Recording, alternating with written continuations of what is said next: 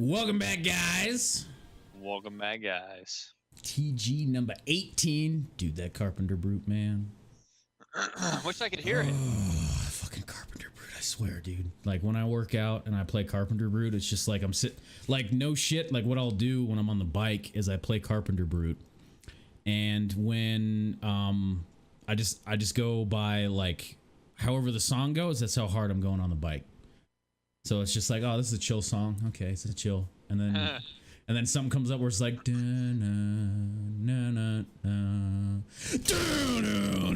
oh, fuck my legs, fuck, man. How long is this section? Fuck, 3 minutes, fuck. Sounds like Magic Sword all of a sudden. Yeah, it's fucking amazing. It's good though. Gamer, why are you such a scrub? Fucking scrubs, man. I like his humor though. Yeah, he's good humor. Good humor. He's good humor. Yeah.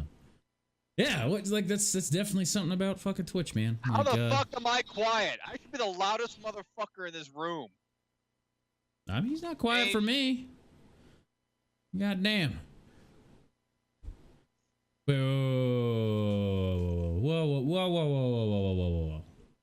You haven't been shooting lots of guns a lot yet without Ear Pro. Your hearing shouldn't have a problem. That's gonna come soon. Maybe. But anyway, thank you. Yeah, I'll turn him up. All right. Maybe. Yeah, he's going Navy, right? I don't know. I'm not saying anything against. You just don't shoot as much guns. That's the base. Probably selective hearing. Not what your fucking DM say, bitch. Oh shit! Oh, he went there. Oh man! You've been sliding in Justin's DMs, huh?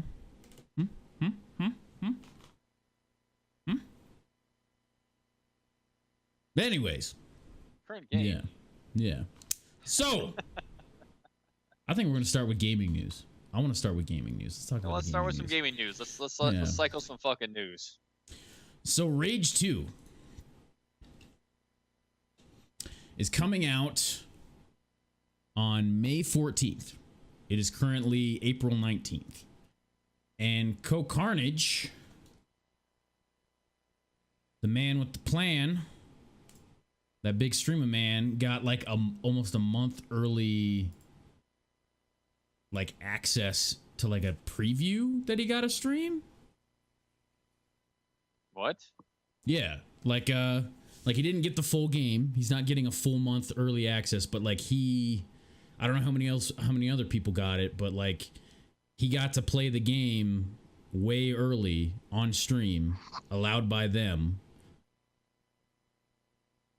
to like hype it up, which I get the business side of that. Totally understand the business side is to get people hyped about it so they buy it now.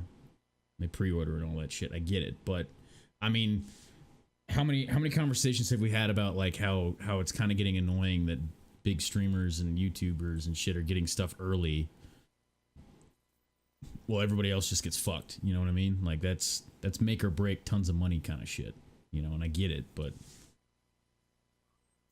that's the whole month before. You know, like that's.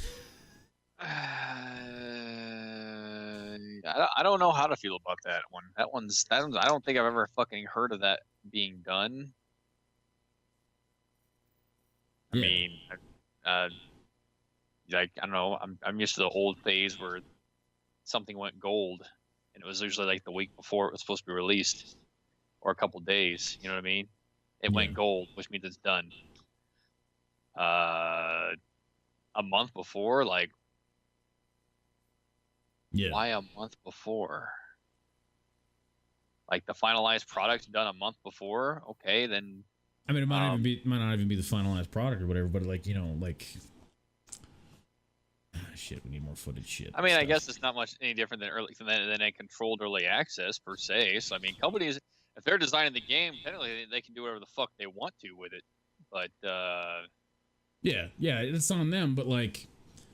And I know not everybody's going to think the same way we do about it, but, you know, it brings up the, if I watch somebody play it, And then what if he got to play the full thing? Then why would I go buy it? You know, I mean, he didn't get to play the full thing, but he just got a little preview section. But like, is it going to eventually get to that point where some streamer people get it like a month before and they've beaten it in a week, and then we have to wait for it to come out, and then it's, but like, but then all the spoilers are already out there for the ending and everything, and the game's not even done yet. Like, why would you also want to show that off when it's not done? You know?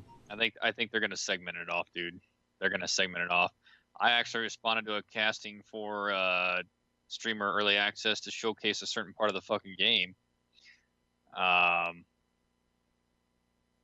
gonna happen. It's gonna happen.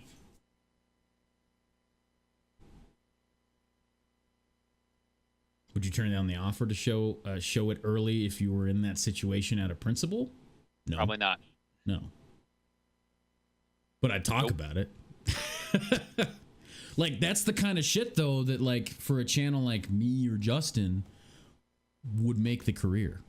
Like, that would be the thing, you know, if Bethesda was like, yo, Justin, so we pulled your name out of a hat and you're getting a month early access to play the full game.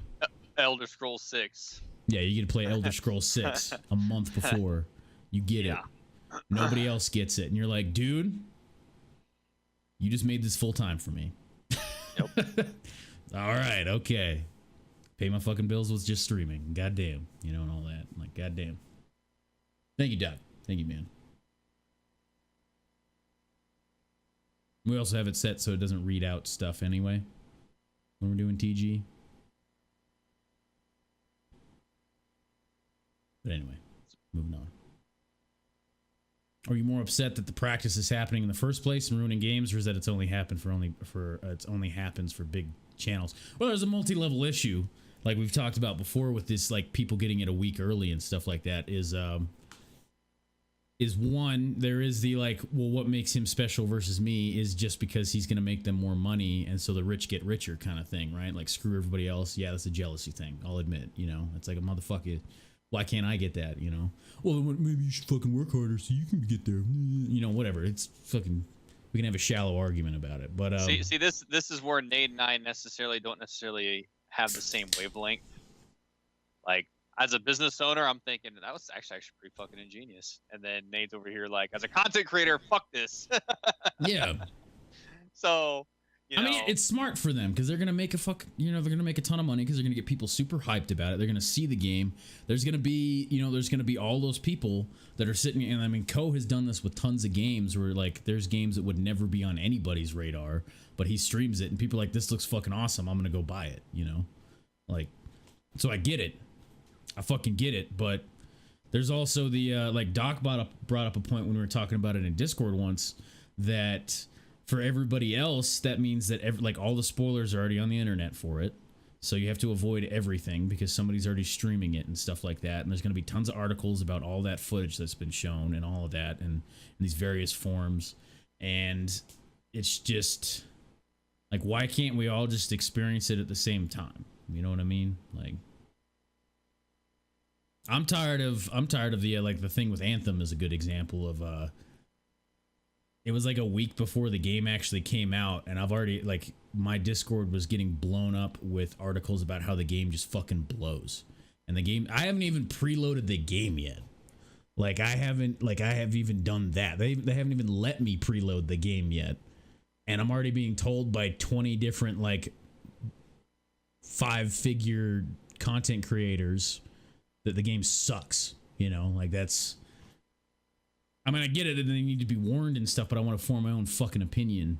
And also, it's gonna bite you in the ass when you do this stuff for the games. But I mean, that's on them if they're gonna fucking bite themselves in the ass with it. Like if they did let him play the entire game beforehand, and that's not the finished product, then everybody's seeing the broken mess that it is, and that's all everybody's gonna focus on. And you just lost your limelight. Like, you lost your moment. You fucked it up, like Anthem did.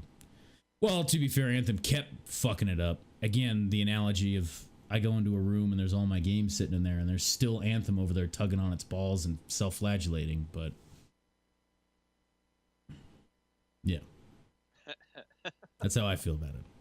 I got nothing to say about Anthem, so yeah. That's how I feel about the whole thing, you know? Like, now, Grant, I would love to be in that position eventually. I would love to be where I get to be sent to game companies.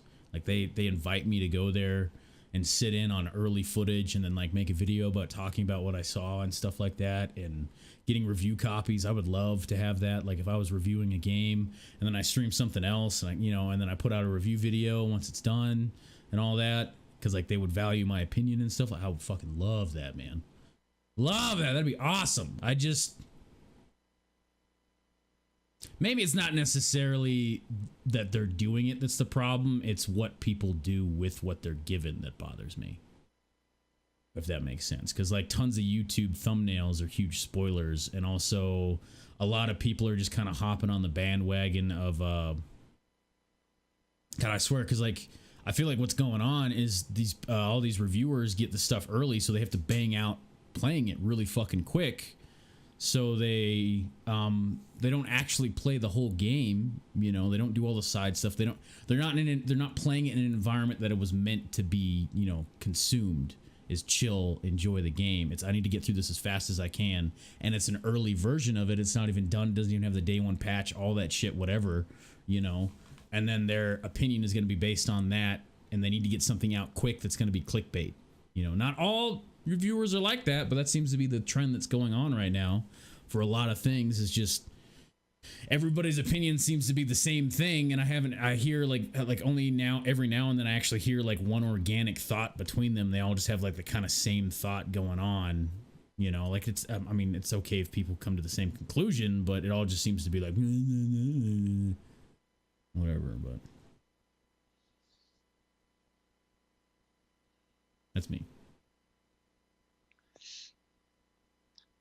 Justin's thoughts. Justin has no interest in Rage 2. Justin doesn't give a fuck. Nail in the coffin. Yeah. Whatever you want to do with your green screen is making holes in your face. Uh-oh. Holes in my face? Oh, what angle is it doing this? I think when I turn this way. No. Turn this way. There we go. Right there it is. Ray doesn't like holes in my face.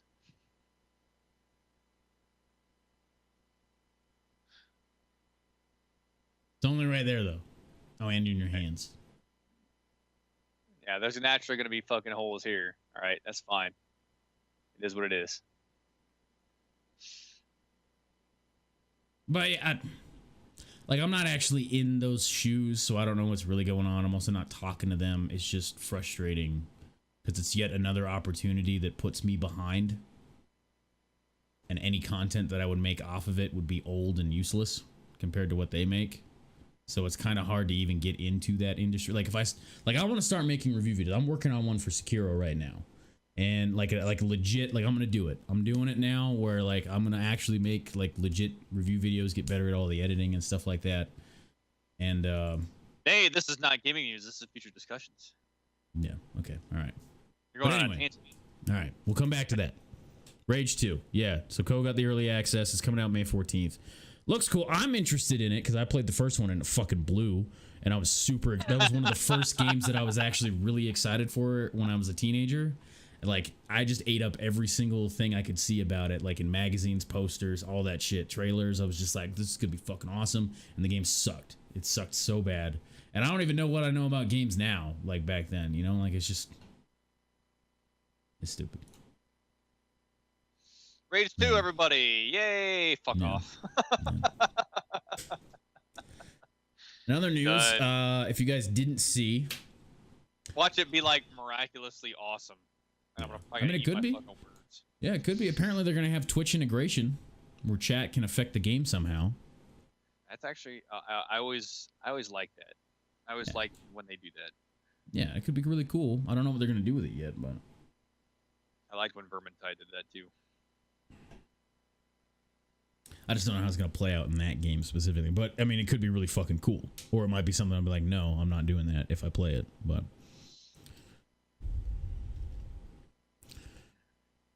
if you guys didn't know, there's Fallen Order. Yeah, there's a new Star Wars game coming out. Which I have done absolutely no looking into on purpose. And I'll run the trailer in the background and you guys can go watch it if you want to see. But it's taking place a little bit after the whole the whole Order 66 thing has been done in some fringe place with this guy who turns out to be a Jedi, and he goes along that path and all that. And from what I've heard is that the combat is going to be very Souls-like. Now nowadays it's a very broad term. It's very broad. Yeah, so like if it just means locking onto enemies and fighting them with health bars, there's actually a lot of games that do that, but you know, so it could be really cool, but it is EA. To be fair, it is EA, so I've been seeing people clamor for Fallen Order to have Sekiro's combat system. I mean, it'd be really cool with the whole Jedi thing. Could be pretty fucking cool if done right. But it isn't. I mean, look at the last game they made though. The last Star Wars game with the fucking, was it Battlefront? I watched somebody play the campaign and that it was fucking trash. I don't know. Like some people like the campaign, but it did not look interesting to me. I looked at it and like the mechanics were all they're stupid. It was stupid. The AI was so like the enemies were so dumb, like the dumbest I've ever seen, and then a lot of it was just a bunch of like knee-jerk one-word reply like jokes and stuff like that. And I don't know. I mean, from this trailer that I watched, it looks like it can have some pretty epic moments and some great character progression and stuff like that. But I haven't actually seen actual gameplay yet, so I don't know. Could be really cool. Too early and speculative. Yeah, too early. And this is going to be, it says later in 2019. I don't know the actual date of release, but. Jedi Fallen Order. Okay.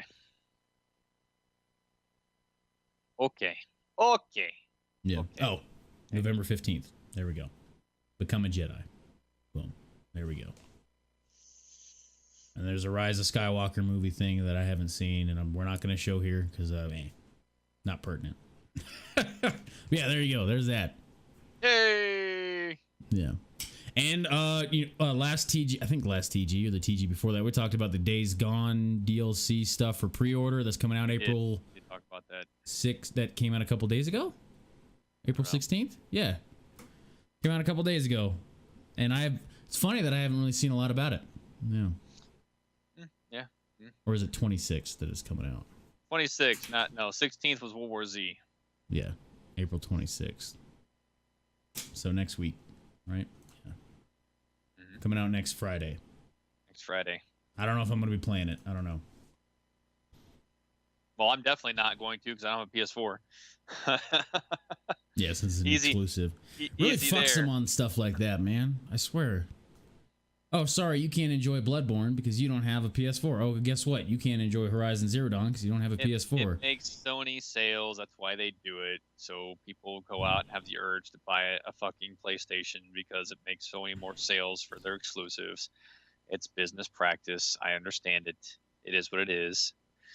I mean, it's not that expensive for me to go out and get a fucking PlayStation 4 if I really wanted to play it, but I get it. Yeah. It is what it is. Yeah. I mean, that's all I boot my PlayStation up for now is if I have an exclusive. So yeah. I thought about getting an Xbox just so I can play with some of the people on Xbox, but I'm like, that's not worth it. It's not. There's a lot of Microsoft integration into PC anyway, so. Yeah. And I feel like Horizon Zero Dawn specifically probably would have actually gotten Game of the Year if it wasn't exclusive to PlayStation.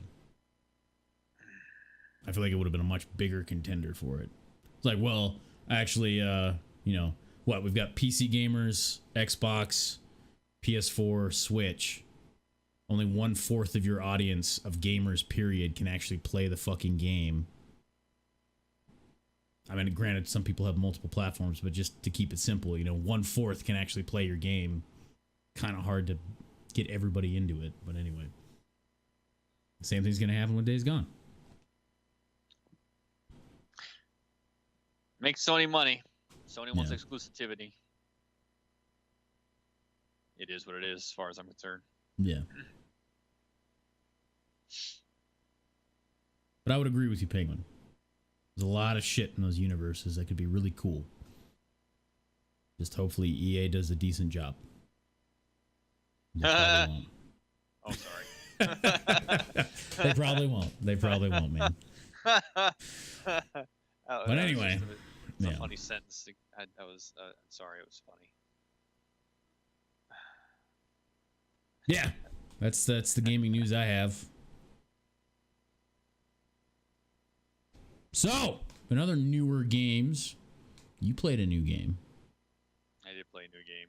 I mean, I guess I could do gaming news as it relates to, like, not really news, but just news of games. But yes, I was playing World War Z, and right now World War Z is scratching a very meticulous itch on fucking just zombie hordeness. And you know, there's a lot of comparisons when I play it in chat to Left 4 Dead 2, which is a understandable statement.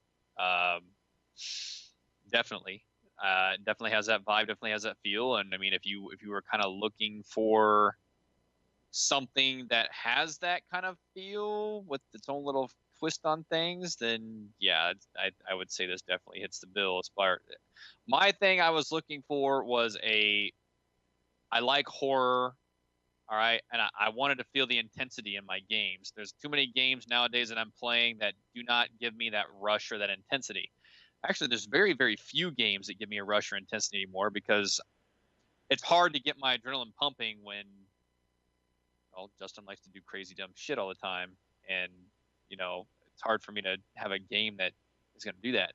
So when you have like hundreds and hundreds and hundreds up to 1,000 zombies rushing at me full fucking sprint, and the game engine supports it and makes it seamless, that excites me, because it makes my fucking butthole pucker, and it goes, oh shit, that's a good feeling to have for me in a game, because it gets me excited. I get amped up. So, you know, there's very few games that actually get me amped up anymore. So, you know, Arma being one of them, and you know, this one, when you have like hundreds and hundreds and hundreds and hundreds of zombies coming at you on the screen, that amps me up. It gets me excited. All right, gets me excited. I like that. I like to get that. I like having that factor, because then, you know, I'm an adrenaline junkie. I like that shit. So it does that very well. There's been questions on the longevity of it. I can't really speak on that. I don't think it's going to be anything that's like going to keep people playing it any more than like the niche market, because again, there's nothing that really makes this ingrained in substance that's going to make you want to keep coming back to it and be like your one game. You know, many games try to do that formula, like DayZ and whatnot, and it's like, they don't. Like, for that, you need to wait for like Dead Matter. Dead Matter, I think, is really going to hit that survival horror zombie tactical niche, like all of those. If you can make a game that combines tactical and horror together, I'm all about it, because those are like my two favorite fucking genres. All right, I love that shit. Why? Because it brings a sense of intensity into my gameplay. In a way, Resident Evil kinda is. Sometimes, sorta. Yeah. Kinda. Yeah. No. No, you get a full-barrel rocket launcher. Level. Never mind. Baphomet level. Baphomet level. Yeah. It needs to be Okay. Baphomet level. Okay. If it's not Baphomet level, then you're not in the same league. Like if Ready or Not made a zombie game. Yeah. Out of their system. I mean, since no one's played Ready or Not sure, but yeah. What if it was? Well, like, one of the things that made SWAT 4, zombies.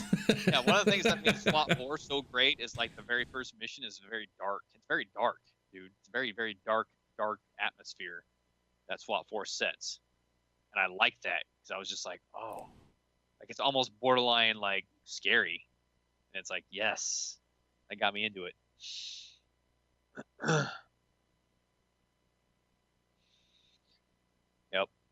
Yep. So, just a sense of intensity, you know. I don't like you know, zombie shits where they're just slow and shambling. It doesn't do it for me. I want them fucking. I want rage virus shit.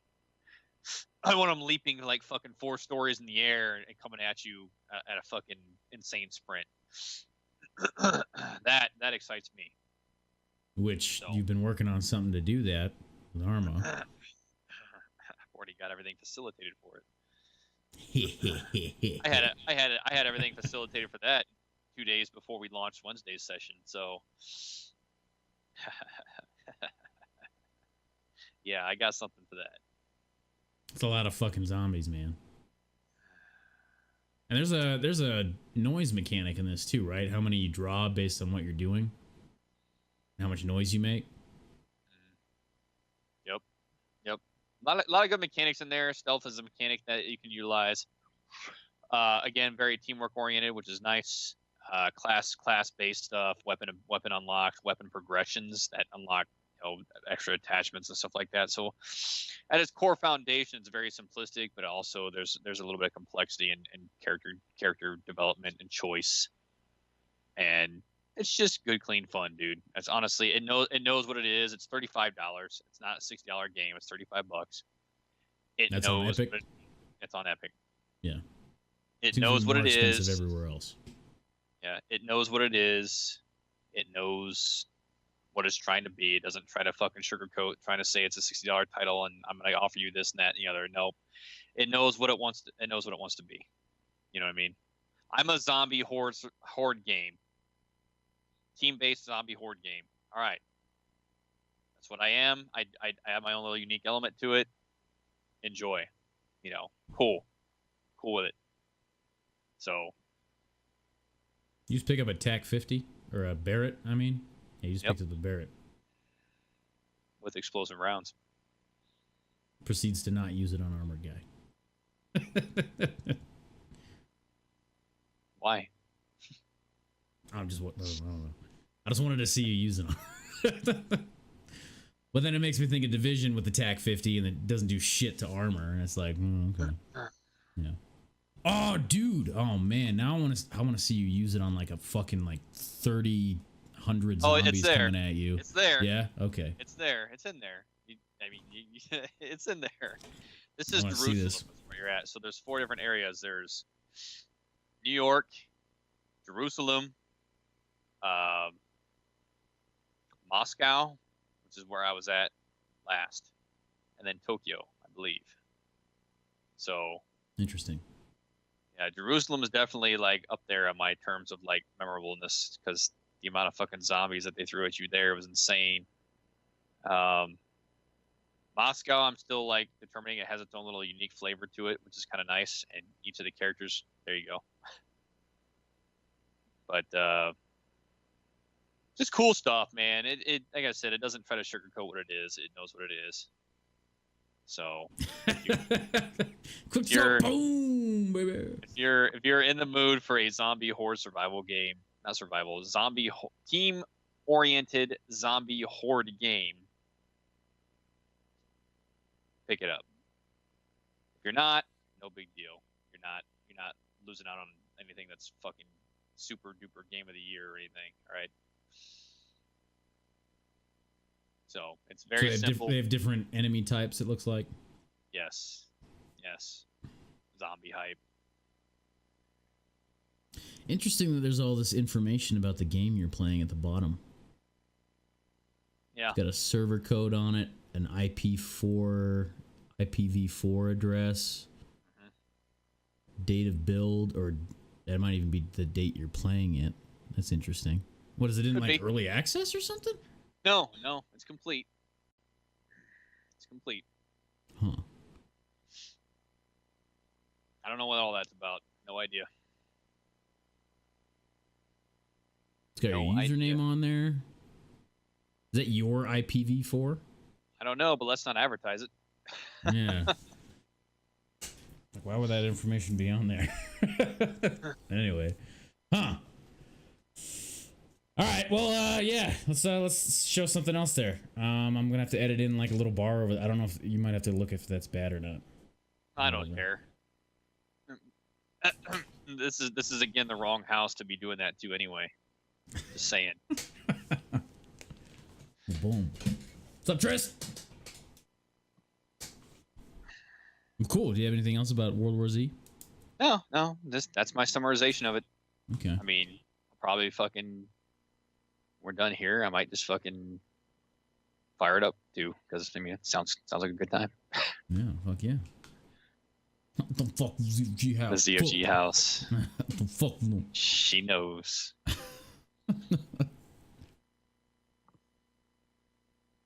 ZFG ain't nothing to fuck with. Gotta make some some sign or whatever. ZFG. We are Gang way signs. too eager to bring back skill sets we've kept buried for years. Boom. Boom. So you also played a little squad recently. Yeah, I did. Yeah, I did. Actually, it was enough to get me interested. But again, I have this problem, and the problem is, if a squad, I have a problem stepping back from a squad leader not doing what he's supposed to do. Because having done it in real life for so fucking long, it aggravates me when somebody doesn't do that. Like, I'm over here like directing him on what to do. Like, hey, have you coordinated a fucking second squad? They're pushing past the fucking northern fucking MSR there. Oh yeah. I'm like, okay, well, do we have any armor assets in the area? Because, you know, we've got two fucking back over here that are being fucking underutilized. You know, if we're gonna take this, can't they set up an SPF position over there? And I just keep going, you know. And I'm just like, oh, hey, fuck, Stain, this is your job, not mine. What the fuck? It's just, I get in that mode, and it just starts, the gears start turning, and, you know, other than that, it was decent enough for me to go, okay, I'll keep this game on my hard drive. I'm not going to lose my shit. Looks a little prettier since we last played it. People were a lot more cooperative as opposed to being fuck stains. So, Okay. I mean,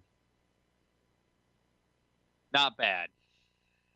Not bad. I didn't break anything. I didn't throw my mouse. I didn't stomp on my keyboard. I didn't punch my monitor.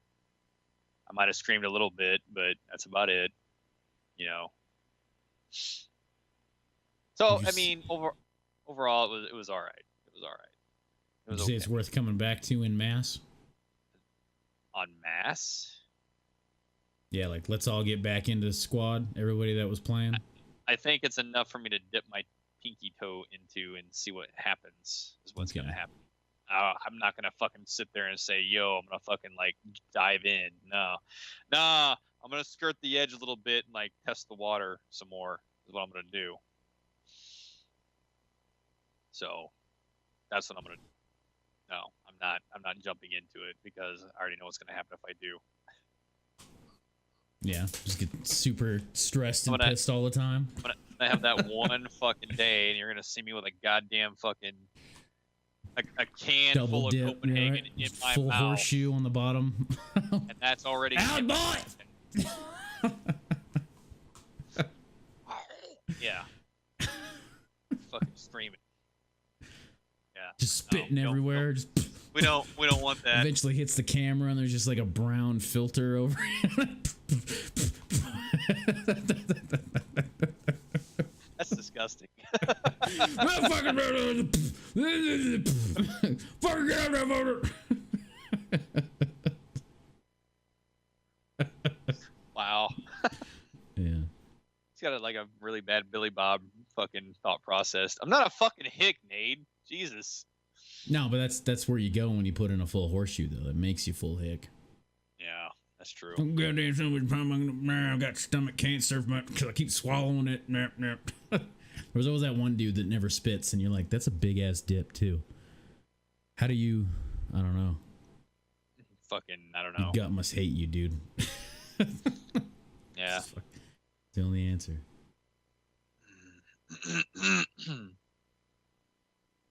Groans, not grunts. OP. Well, when I was like, so squad, you inside were joke. Sorry, Yeah. inside joke. Go ahead. Oh, okay. All right. But you did go like, ugh. Yeah. All right. I have it downloaded. I'm down to play it sometime. All right, good. I just don't want to be haven't alone had- because yeah, that's where I'll lose my shit. Yeah. Because I've sat there a couple times and I've been like, do I want to boot this up solo? Nah, I don't want to boot this up solo. Nah. And I mean, shit, I remember when we first started talking about it, it was like, yo, Nate, there's this game. I don't know if I want to play it though. It might make might make some shit come back. It's gonna trigger some combat stress, right? Yeah, that was my big worry because every time I fucking watched it played, everything was still kind of recent for me. So like when snaps and everything would go off, I would feel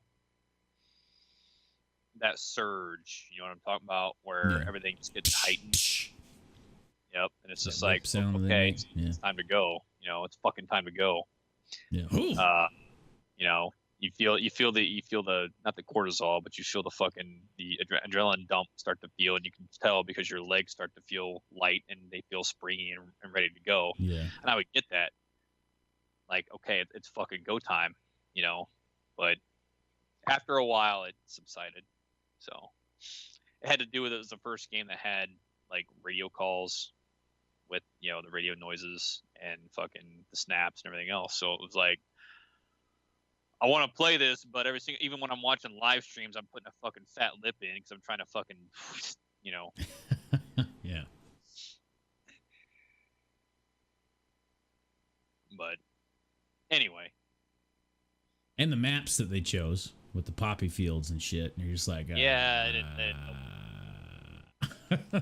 I don't know if I want to. No, I don't know, man. Yeah. Oh shit! They even had the prayer shit that would play. Yeah, and they added IEDs too. Yeah. Man, you're getting shot all around you right now while you're driving this thing. And you're just like, well, this is where we die, everybody. No, actually, I didn't get smoked. Yeah, in-game IEDs. Fuck you, Jack. This Ghost Recon mod has them. I wasn't very happy about that. Very smart, though. Motherfuckers. All right. But yeah, there's that. Yeah, squad. Freaking squad. What did I do with my pen? I don't remember. We got all into talking about this. What did I do with my fucking pen? Oh, there it is.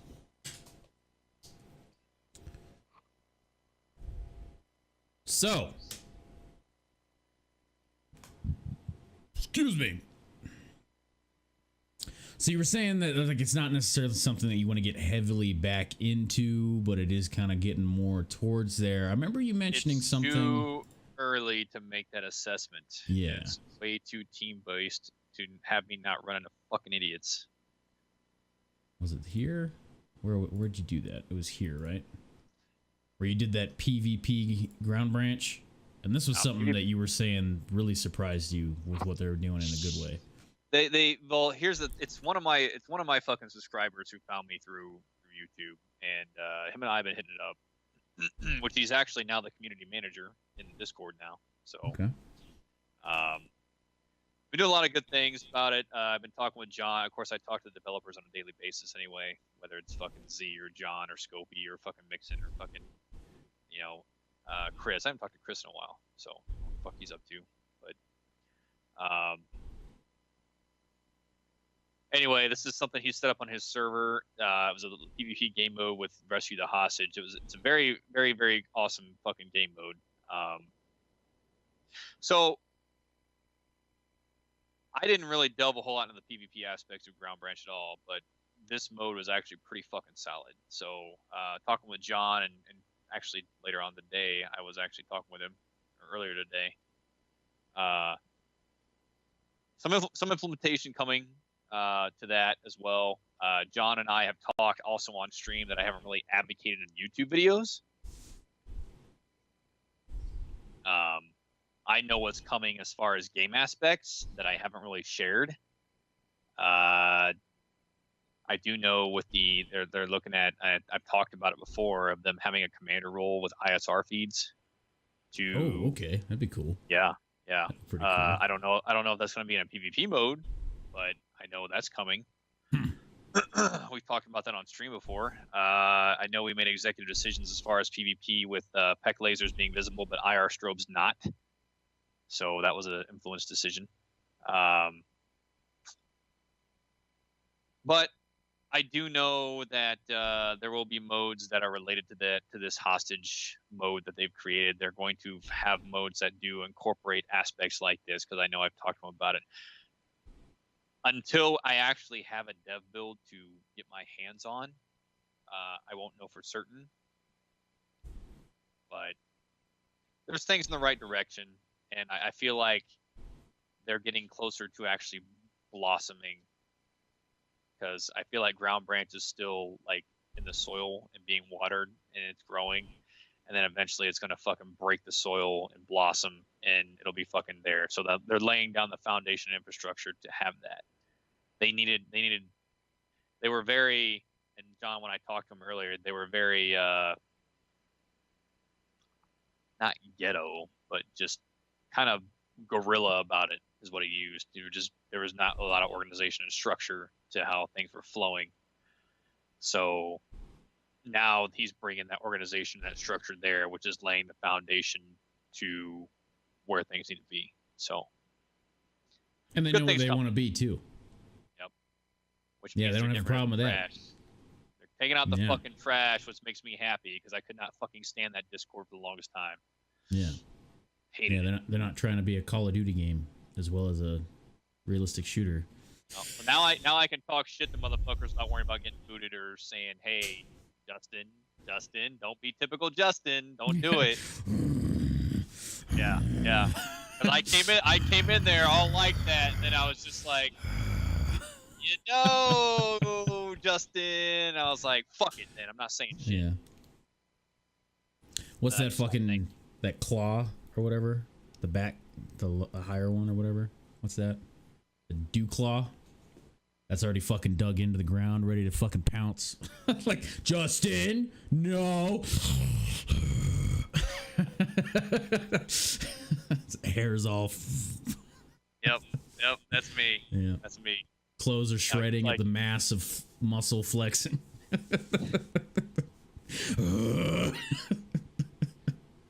So much people talking about shit they know fucking absolutely nothing about, and it just fucking I'm just like, if you don't want me to make you look fucking stupid, then don't talk about shit you know nothing about. Yeah.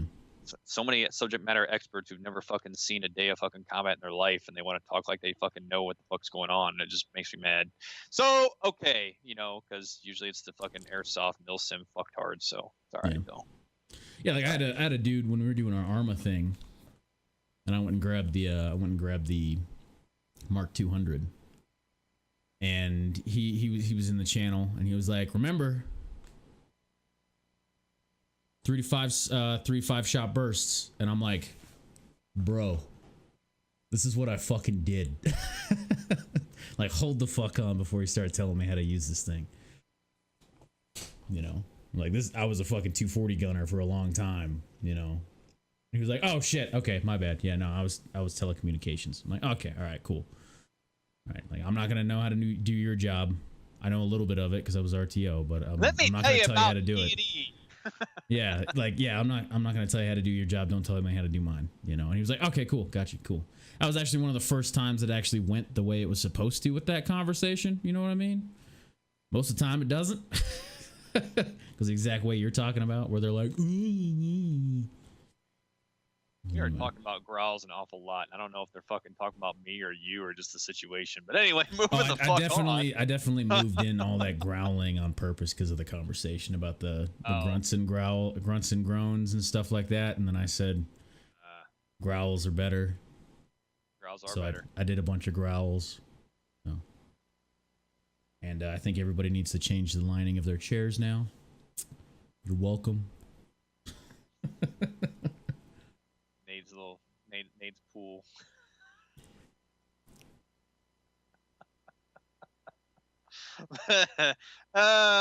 Shifting gears. All right. So yeah, I mean, yeah, no, it's fucking cool. It's got a lot of cool stuff coming out for it. I'm glad that they're narrowing in some awesome features that you just can't get in other games.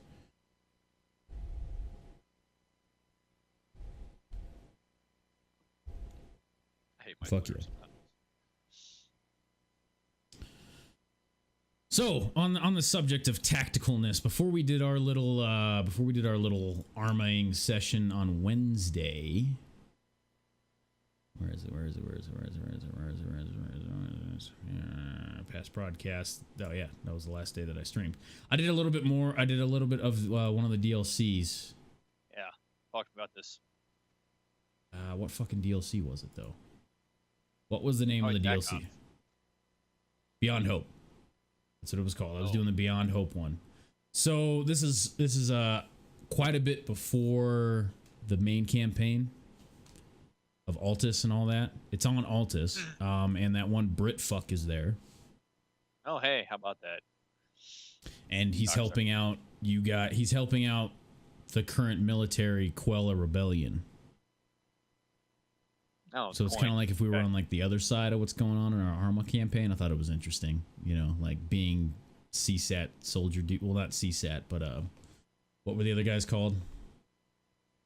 Whatever the fuck they were called. I didn't give a fuck about the Arma campaign enough to fucking pay attention. But this campaign's way better, dude. Like, you start out, you gotta go find fucking Spartan squad that's lost. They give you a full fucking brief with like friendly forces in the AO when it starts. All right, so you got to go find Sparta, and then you're going to link up with everybody to go hit Areno. And while these guys are doing secondary tasks before they hit Areno, then they run into some intel that they pass up. And so it gives you secondary objectives as you're moving, and you find other shit as you're going. And you're like, okay, this is what the first, like the Arma main campaign should have been. Should have been this. Should have fucking been this. It's much, much better.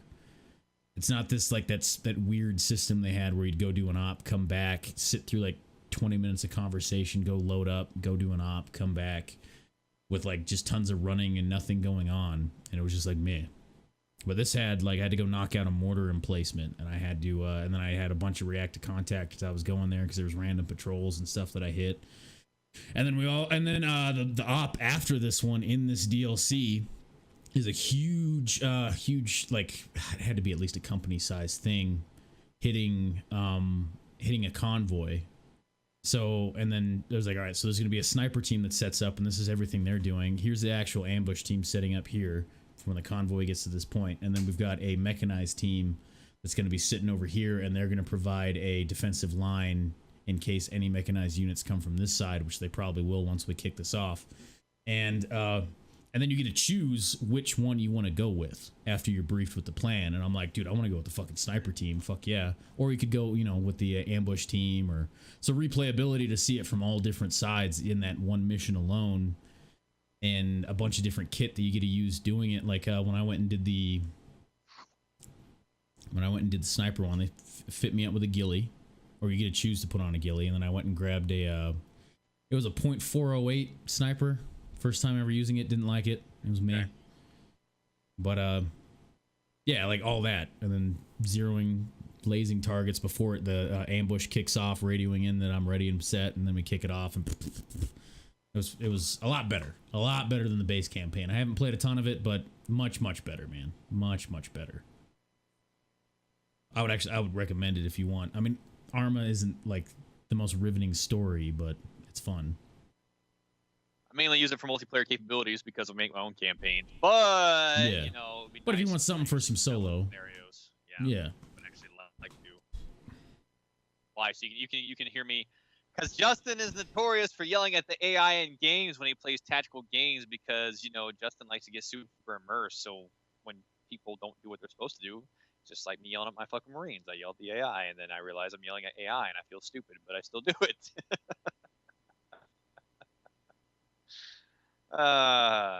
Sometimes the AI are more cooperative than some fucking human beings sometimes. Sadly. Won't name names. Sadly, yeah. AAF? Yeah, I think it was AAF. Yeah, you're a part of the AAF. And the DLC before this one that I did off stream, you were an IDAP. Used to be EOD dude in the army, and then switch to civilian side and you're removing UXOs from Altis after everything. So this is before, that one was after. It's cool. I like it. It's interesting. Interesting how it all plays out. I'm excited to play more of it. Now, like, again, it's not the most riveting story ever. I just like it way more. I just wish there were more games like this that try to fill that military tactical niche. Like Operation Flashpoint, you know, like those games. I wish they kept making more of those on a regular rate and kept filling that niche. Flashpoint was awesome. Yeah. Or Dragon Rising. Yeah. They're coming back, and it's just they don't want to do it to the hardcore fan base because, again, everything has to be casualistic. Because if you and I are in a fucking room, like we kind of are now, and we talk to the Justin yells in general, yeah, it's because no matter what accent I take on, according to Grandpa, the asshole still comes out. I died when he fucking said that. I laughed my ass off. It was hilarious. It's true. I can take on accents, but then eventually when I'm playing Armor, the asshole still comes out. But the asshole was warranted, okay? It was a tense situation. But, you know, it is what it is. Except, fuck you, Helo Knight. You want to talk shit about me like I'm not going to watch Nate's VODs. Bitch. Yeah, that was pretty, it's changed my perception of him forever in a way that I am rather disappointed that he would be one of those people. Yeah, well, he wouldn't get the chance because he doesn't rate, so fuck you. Anyway. Disappointing, man. But just wanted to let you know, in case you decided to not be passive aggressive and actually say it to my face this time. Now's your chance. Yeah. But moving on. Yeah, if you and I were in a room and you know, we were having this conversation or whatever, people would have no idea what we were even talking about with the acronyms and abbreviations. Yeah. You know, if I say, you know, Nade, you're going to set up your SBF position. Here's going to be your cold position. We're going to go ahead and move up 10 meters up on this fucking hilltop where the contour lines are on this finger near this draw. You're going to set up in your hot position. You're going to go ahead and maintain a rapid rate. You're going to shift from TRP1 to TRP2 once we proceed past this fucking baseline red. You understand pretty much everything I just said, but everybody in the chat's like, what? Yeah. Like, in layman's terms, he said that I'm going to start here. Once everything kicks off, I'm going to move over here into a depression between two spurs or hills. And then I'm going to be shooting here. 1, 2, 3. 1, 2, 3 at that rate. And then I'm going to shift over here once I get the signal. And then I'm going to shoot shit over here for 1, 2, 3. So that's what he said. Anyway, yeah. Boom. But yeah. So if you guys have not nabbed the DLCs, they don't really go on sale very often, but as far as campaign, Operation Flashpoint games are way better for what they offer you. But I'm so sorry there was no growl. I did not hear any of it.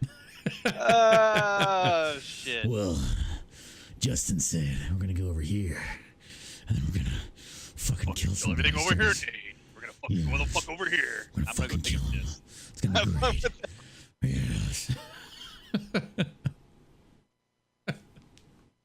Hidden Valley Ranch salad dressing. Yep. Yes. Yes. Yes. But yeah, I would say the Operation Flashpoint games would be way easier and user friendly if you guys want to play games like this. But Arma's too much to get into. It would be a good like stepping point where like there is quite a bit, but it's way more user friendly and there's co-op in it too. So like I could play with some of you guys at some point, would be fun. But like the controls for ordering your team where to go and what formation is way easier to use than Arma's. It's more of a wheel that you just like select this, select this, select this, select this, and then it's way more upfront of just go here, kill these guys, go here, kill these guys. But Dragon Rising was fucking awesome. I remember playing that and being like, dude, that was one of the first games that I was like, I really want to fucking join the military now because this is fucking awesome. This is sick. That and Brothers in Arms made me really want to join. I was like, this is what I want. This is sick. This whole everything. You got everything you wanted for and more than you asked for. Mm-hmm. Didn't end up like Leggett though. You still want more. Yeah. But yeah, boom, Arma 3, which kind of leads into the Arma other shit that we did that day, which I actually streamed. Yes, you did. So, guys. Take it away, Nate. From your perspective.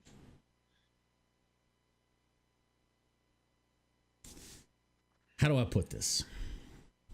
In the most simple way. We all got fucking killed. We're all fucking dead.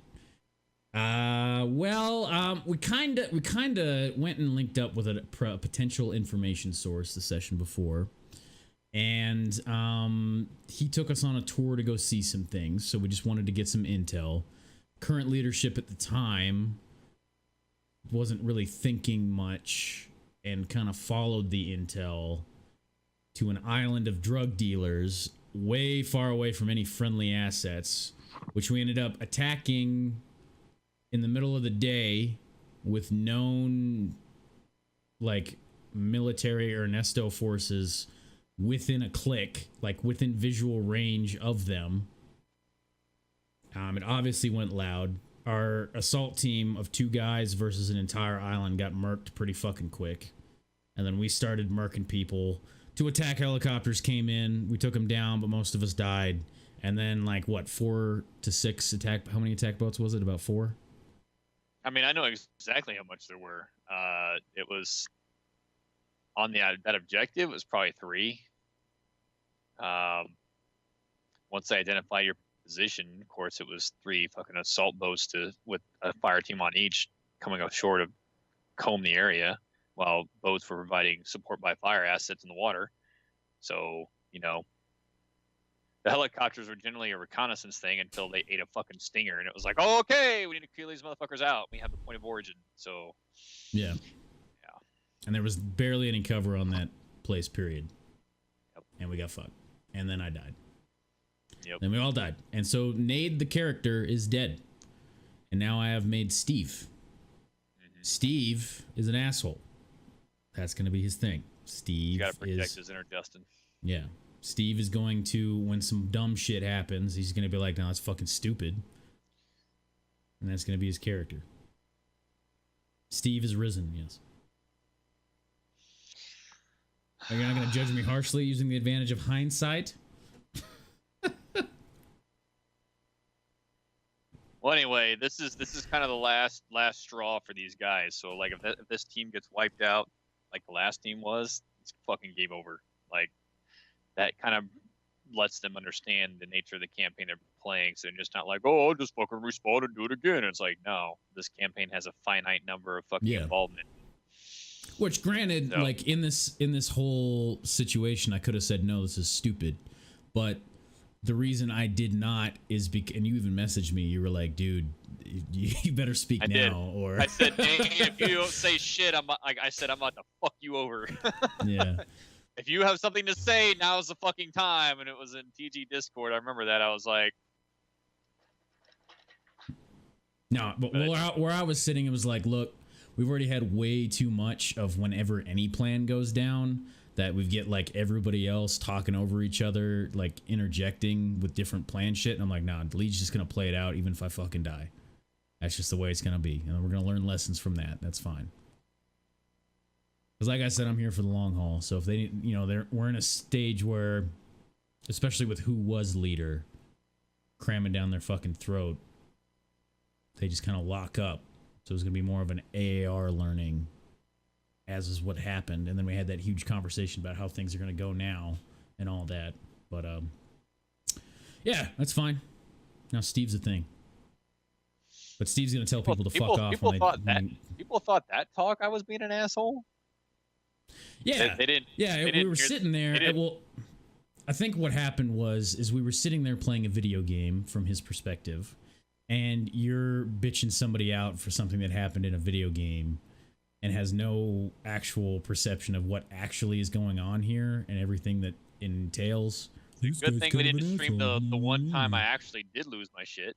You were there for that right? one. Like, I fucking let's shut your fucking mouth. Rah, rah, rah. Like straight up yelling into the mic. I was like, man, I bet I know exactly the feelings that Justin has right now. His surface of his skin just raised 5 degrees, and he's going, and he's hot and just sweating and like,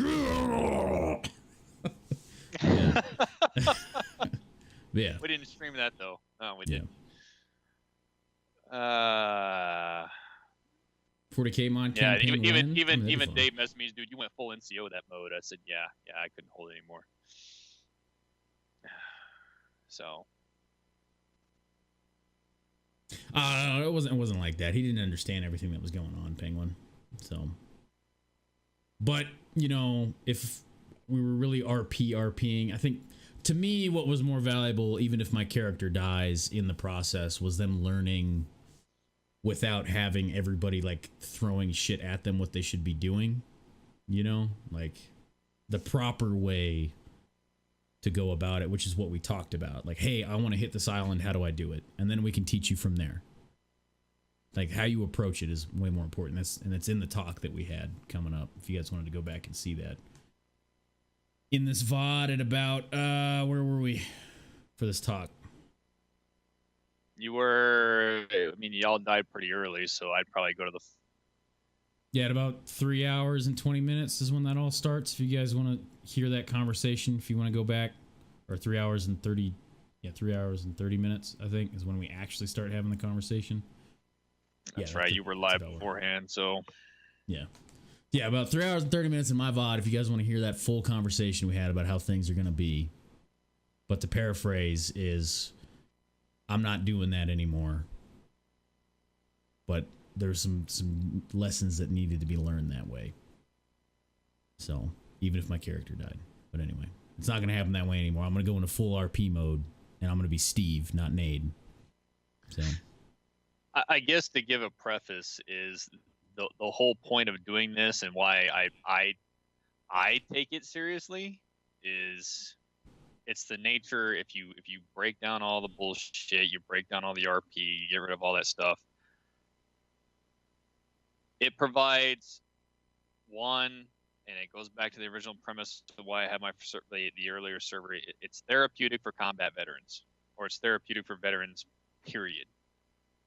And then two, because they get to enact skill sets they might not have used in a long time, and they miss those aspects. So this game has a way of facilitating that other games really can't do.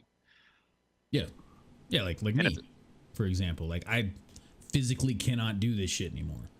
I was medically retired at 260% because I can't do that shit anymore. And like me sitting here with like I've got all this fucking fire in me and I don't have a way to hone my skills. So this has been like exactly what Justin said, has been a therapeutic way for me to keep going down that avenue, even if it's in a video game for a little bit, you know? The other end of the spectrum is those who have an interest in that can get firsthand knowledge from people who've been there and done that and kind of step into our world a little bit and kind of see how we kind of do things. And, you know, it gives them, and in turn, it makes certain people who maybe felt lost or felt like they weren't contributing something feel like they have a purpose again because there's an interest in what's going on. So that's where, again, you know, you stated the disconnect happens is where people treat it like it's not what its intended purpose is, and therefore they fake the funk or they gaff the fuck off or whatever, which is not getting fucked in the ass until orgasm. Gaff the fuck off is a Marine Corps term for blatant disobedience to what the fuck I'm saying. It's a term we use. I mean, I didn't know the exact definition, but I knew what you meant because I've heard it used that way before. But yeah. Anyway, but you know, it's But yeah, like it's, and yeah, we did have that disconnect. Like, fuck, what was I gonna get at? I mean, I'm learning more now, still with it, and like you were, this is what I wanted to get at. Like you were saying, like this is an opportunity for people to see what we really did when we were in. Like I know, I'm not like bagging on anybody or anything, like you have an understanding of what we used to do, but it's different when like when you see us play Arma. I mean, maybe not the SF shit, but like when we get into like basic like fighting and like hitting objectives and stuff like that, like that's no shit like what we used to do all the fucking time. Like it's a difference between knowing how to conduct first aid and stop the bleeding versus conducting fucking neurosurgery because you're a professional at it. You're a doctor. You have a PhD in the shit. I was in the infantry for fucking 8 years. I only got my bachelor's. He got his master's. Doctorate. Or doctorate, yeah. Yeah, he got his doctorate. So, yeah. I mean, yeah.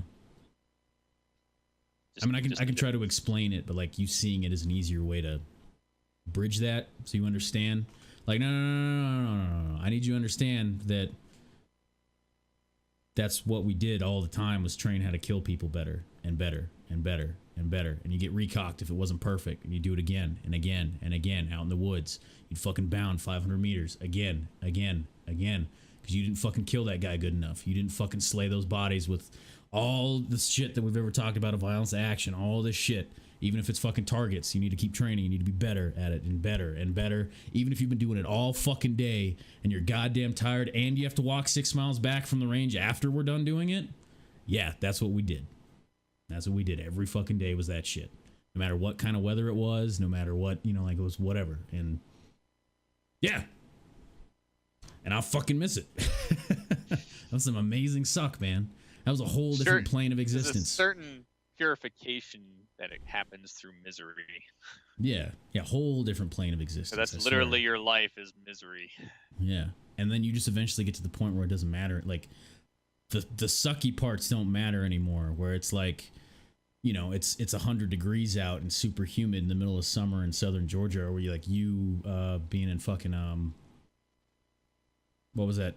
What's that one place? That one range that's come up a couple times in Cali. Range really 400. Fucking 29 Palms. Yeah. Or 410 Alpha. Yeah. We're like, yeah, it sucks, but that wasn't the bigger issue. You know what I mean? Like, it was more about, like, fuck, man, I gotta, how many more times do I have to do it versus... We ran out of water halfway through the range because it was so fucking hot. It was 120 degrees when we ran that range, and I ran out of water halfway through, and wasn't too sure about, when we fucking... Because the range 400 is miles and miles long. It's a combined arms range. I think it's a company level. Yeah, it's company level range. It's combined arm range. We ran out of water halfway through, and we still had to fucking go back. And I was like, if I'm gonna fall out ever in my career, it's gonna be right here. I mean, when I took my plate carrier off, it looked like I swam my camis in a swimming pool. I was fucking drenched. Yeah. So, I mean, you might as well just thought, did you just come out of the fucking swimming pool, dude? Because your fucking shit is discolored as fuck. So. Yeah. Ah, dude, you remember how, like, after being a week in the field, from all your sweat, how your uniform would eventually just be, like, stiff with salt? Yeah, that's what we call it. That's why we call it salty. You always tell between, like, a fucking salty fucking Marine and experience. Like, salt to us, if you're salty, it means you're experienced, or it's a naval term. So, yeah. And of course, you go back to the garrison. You think you're a fucking hard ass fucking grunt. You go back in the garrison, and there's some fucking piece of shit fucking staff sergeant cussing you out because your fucking shit isn't fucking regulation and it doesn't look nice and prim and proper. So, anyway, that's why you keep 2 pairs. Yeah. Yeah, you gotta have your garrison section or garrison one. I mean, I remember on deployment, I'd gotten back from an OP that I was at for 6 days, and I didn't shave, and someone or whatever, I don't remember who the fuck it was, some sergeant or whatever was like, hey, have you shaved? When I was in the chow hall, and I was like, dude, I just got back from a 6-day op. Like, I'll do it after I get some hot food. I promise you, Sergeant, I will. Oh, shit, okay. I thought you were just a shitbag. Thanks. You know, like, thank you for assuming I'm a shitbag. But anyway. But yeah, like, I mean, it's fucking little things, man. Like when we do our 12-mile ruck for time, you know, like the simple mindset of like, it's not even that you have to do a 12-mile, whether or not you can finish it. That was not what went through your head whatsoever. It was how fast can I fucking get this done and how many people can I pass while doing it? Because it fucking gets me off. Like, no shit. Like, I love passing people in the 2-mile run. I love passing people in fucking rucks like that. It's just fucking awesome. Like that kind of environment. I always like it during, and then it's the next day afterwards, and I start whining about it, and then I get yelled at for doing it. Yeah, right. Why do you do that shit still? Yeah. No. Especially when I carried the 240, there's quite a few times when we're coming back from the range, and it's like the middle of the day and hot as fuck. It's like fucking Nade is passing you with the goddamn 240. Get your fucking ass up there. All you got is a fucking M4. Get the fuck up. He's also carrying the tripod. What the fuck? With it on my fucking kit, just like resting, like, fuck. 27 pounds. 27 fucking you know, but yeah, no, I hit spacebar to pause on accident. But yeah, that's what we mean. And it's hard to explain that, of like, that's what life used to be. And I miss that. I miss that was like everybody around you operated at the same level. Well, mostly everybody, but like everybody was under that same headspace of like, it's not just a matter of finishing 12 miles. It's how fucking fast can you do it? And then when you get back and you're like you're in the top 10 that finished, and you pull off your fucking kit, and it's the early morning, and you're done, and you're just like, I fucking did it. And then the sun's coming up, and then it starts hitting everybody, and then it starts evaporating all the sweat off your uniform. And then you just like, everybody that's already done is just like, mist is coming off of them as they're sitting there just like, and I'm like, this is fucking sick, dude. This is fucking sick. Just did 12 miles in like 2 hours and whatever, you know, like, fuck yes. Fuck yes. Yeah. Nostalgia for the suck. Just as like, I gotta get up, man. Shit. Oh, yep, he's got it. Still use it. Still got it. Still use it. Not the same one, but it's more like a mid-rock. Wait, your shirt has a dot between vet. Yeah. It's describing a noun. Oh, okay, like the definition. Okay. Definition on my back. Okay, can I see it? If that's cool. If you can, I don't know if you can see it. It's probably faded. No, I can't see shit. No, you can't see it because my chair's in the way. Yeah. But yeah. No. Shit, might see my fucking tattoo back here. But whatever. Yeah. Oh no, that's one of the hardest things to try to get people to understand without sounding like a douchebag about it. Like I'm better than you. Like, it's not a matter of that. It's just like, whenever it comes up with that kind of stuff, like, this is who I am as a core person. This is how I think. This is what this did for me, you know, and all that shit. Ooh. But anyway, yeah. And that's kind of like what I was touching on before about the whole surrounding yourself with motivating people.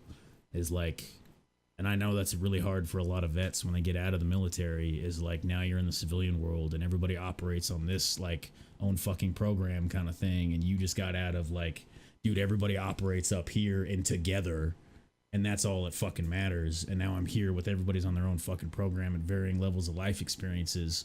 And, you know, just like a little while ago, I was getting fucking shot at, and here's everybody over on their own fucking program again, you know, and it's just like, but I get it. So.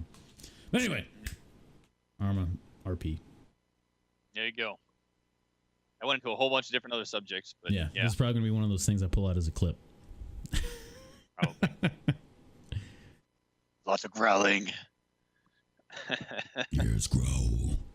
Motherfucker, I'm gonna fucking kill you. I'm gonna fucking tear your face off and I'm gonna fucking wear it. And I'm gonna go find your fucking wife. And I'm gonna tell her that you're fucking dead while wearing your fucking face. God, then I'm a fucker. And then I'm gonna... All right, okay. That was me off stream. That's what I like about Punisher, man, is he did a good job of getting that. Like, I'm a fucking... Yeah. He embodied that part of it. Did a good job.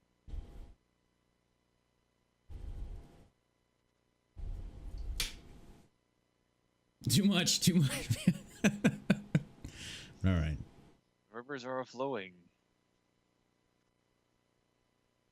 Okay. I need to mentally come back after that whole conversation we just had. Come back. Come back or get lost in it. Take me with you. Fuck. Yeah. I don't know. Shit. Sounds like that's a song.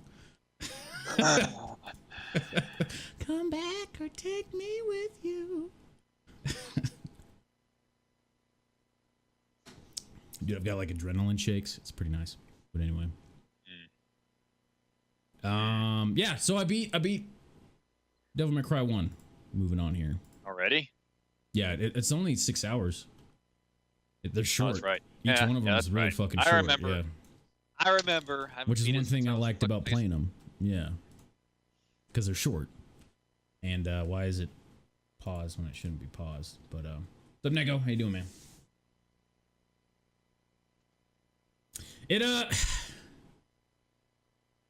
There's things about it. It's because it's old. Like, it was gonna be Resident Evil 4. They initially started making it. It was gonna be Resident Evil 4, and then they decided to make off of some things that happened in an Onimusha game where they juggled an enemy on accident with some of the designs. So they split it off and made Devil May Cry, and it was also supposed to be kind of a spit-off of the Resident Evil universe, but it was too different from what I understand was going on with Devil May Cry. So they just made it its own thing, but they kept there's a lot of assets in Devil May Cry 1 that are in Resident Evil 4, and it also uses the same camera system, which is the problem. Like, one of the biggest problems with this game, and it puts it all into a perspective that makes sense, because, like, if you guys have ever played the old Resident Evil games, you know, you go into a room, it's this perspective. You go into a room, it's this perspective. You're over here, it's this perspective. But this is a game where I do fucking backflips and shooting in the air, and then, like, sword cuts and can fly, and enemies fly, but you have the same camera system, and it gets so... That's probably the biggest frustrating thing in this game is the camera system. Like, but as far as, like, going back and playing an older game like this, it was really cool to see, like, what, like, because I didn't play this game back when it came out. I didn't play a lot of games like this when it came out either. So it was cool to see what was going on back then with, like, this this sword thing that's going on here that he's summoning on me and stuff like that, which was in Kingdom Hearts, I think, when you fight... was it Kingdom Hearts when you fight fucking Sephiroth? And that was a Sephiroth mechanic too in the movie for Final Fantasy VII? I was actually kind of interested in it though. Yeah. From what I've heard, and I've played one, is I'm not really super into, like, I'm not super into Disney stuff or anime, but all the, like, when you go into a different world and all the different mechanics that they bring up, it's fun enough that you'll enjoy it anyway. Kind of like Nier Automata. Like, I'm not super into the Japanese stuff, but Nier Automata, what it does as a game is so unique and awesome that I just enjoyed the fuck out of the game anyway because of what it does gameplay wise. But yeah.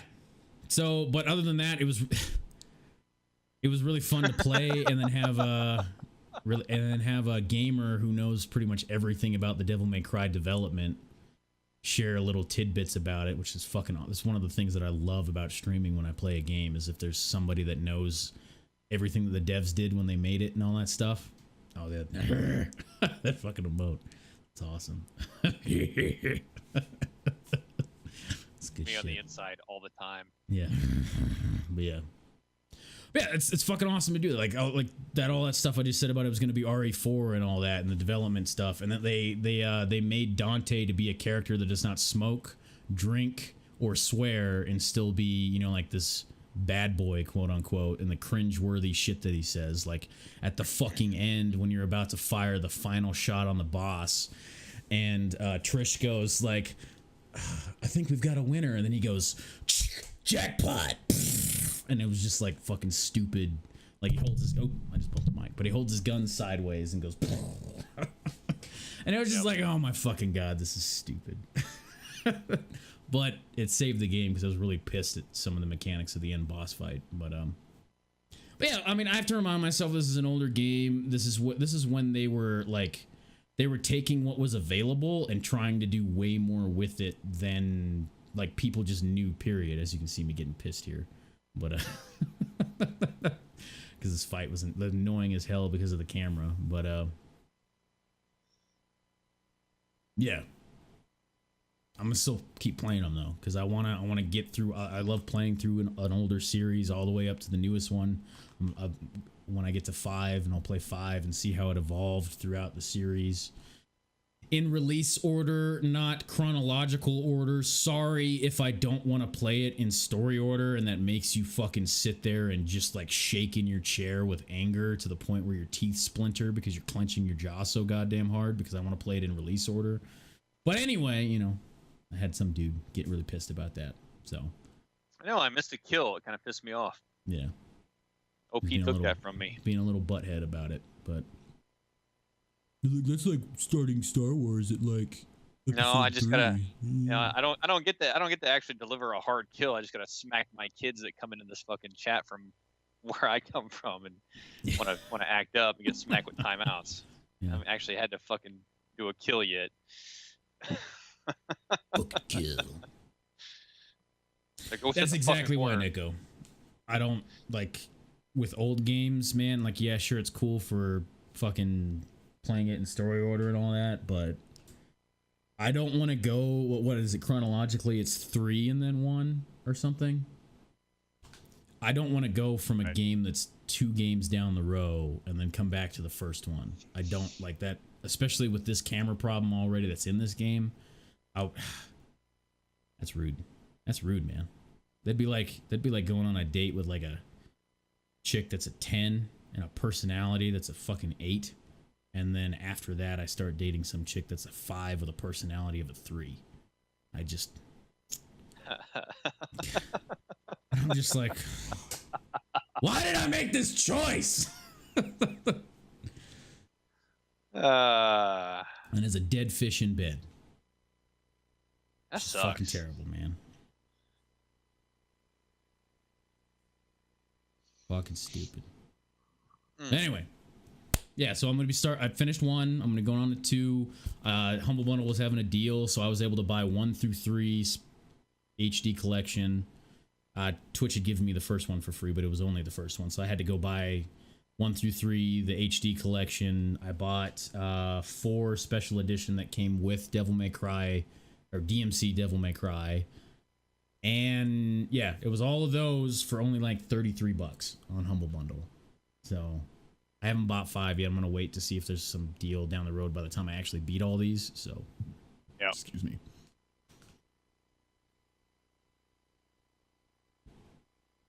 Flush the fish. Hashtag flush the fish. Oh, man. All right. But anyway, yeah. Her ass. I guarantee she fucking doesn't lay there anymore. I think they probably still would, man. I don't know. Well, after that story you told me, probably, but. Yeah. But anyway, a 3 for personality. It's like an eggplant with legs. Or at least I have nutritional value from an eggplant, right? I don't know. Anyway, eggplants don't waste my time. Moving on. Yeah, Devil May Cry. Cool. Awesome. Before I did Devil May Cry, though, I did beat Sekiro. I'm not going to go super heavy into Sekiro as a whole because I'm going to be making an actual review. But I'll give like a summarized... I've already written up the entire review. I'll give like a summarized review. And then I'll have videos and shit in to back up certain points and stuff. It's going to be about 15... maybe about 20-minute review. Because it's got a lot to talk about in that game. Sekiro? Yeah, there's a lot to talk about. It's I don't want to show the end bit. That's spoilers.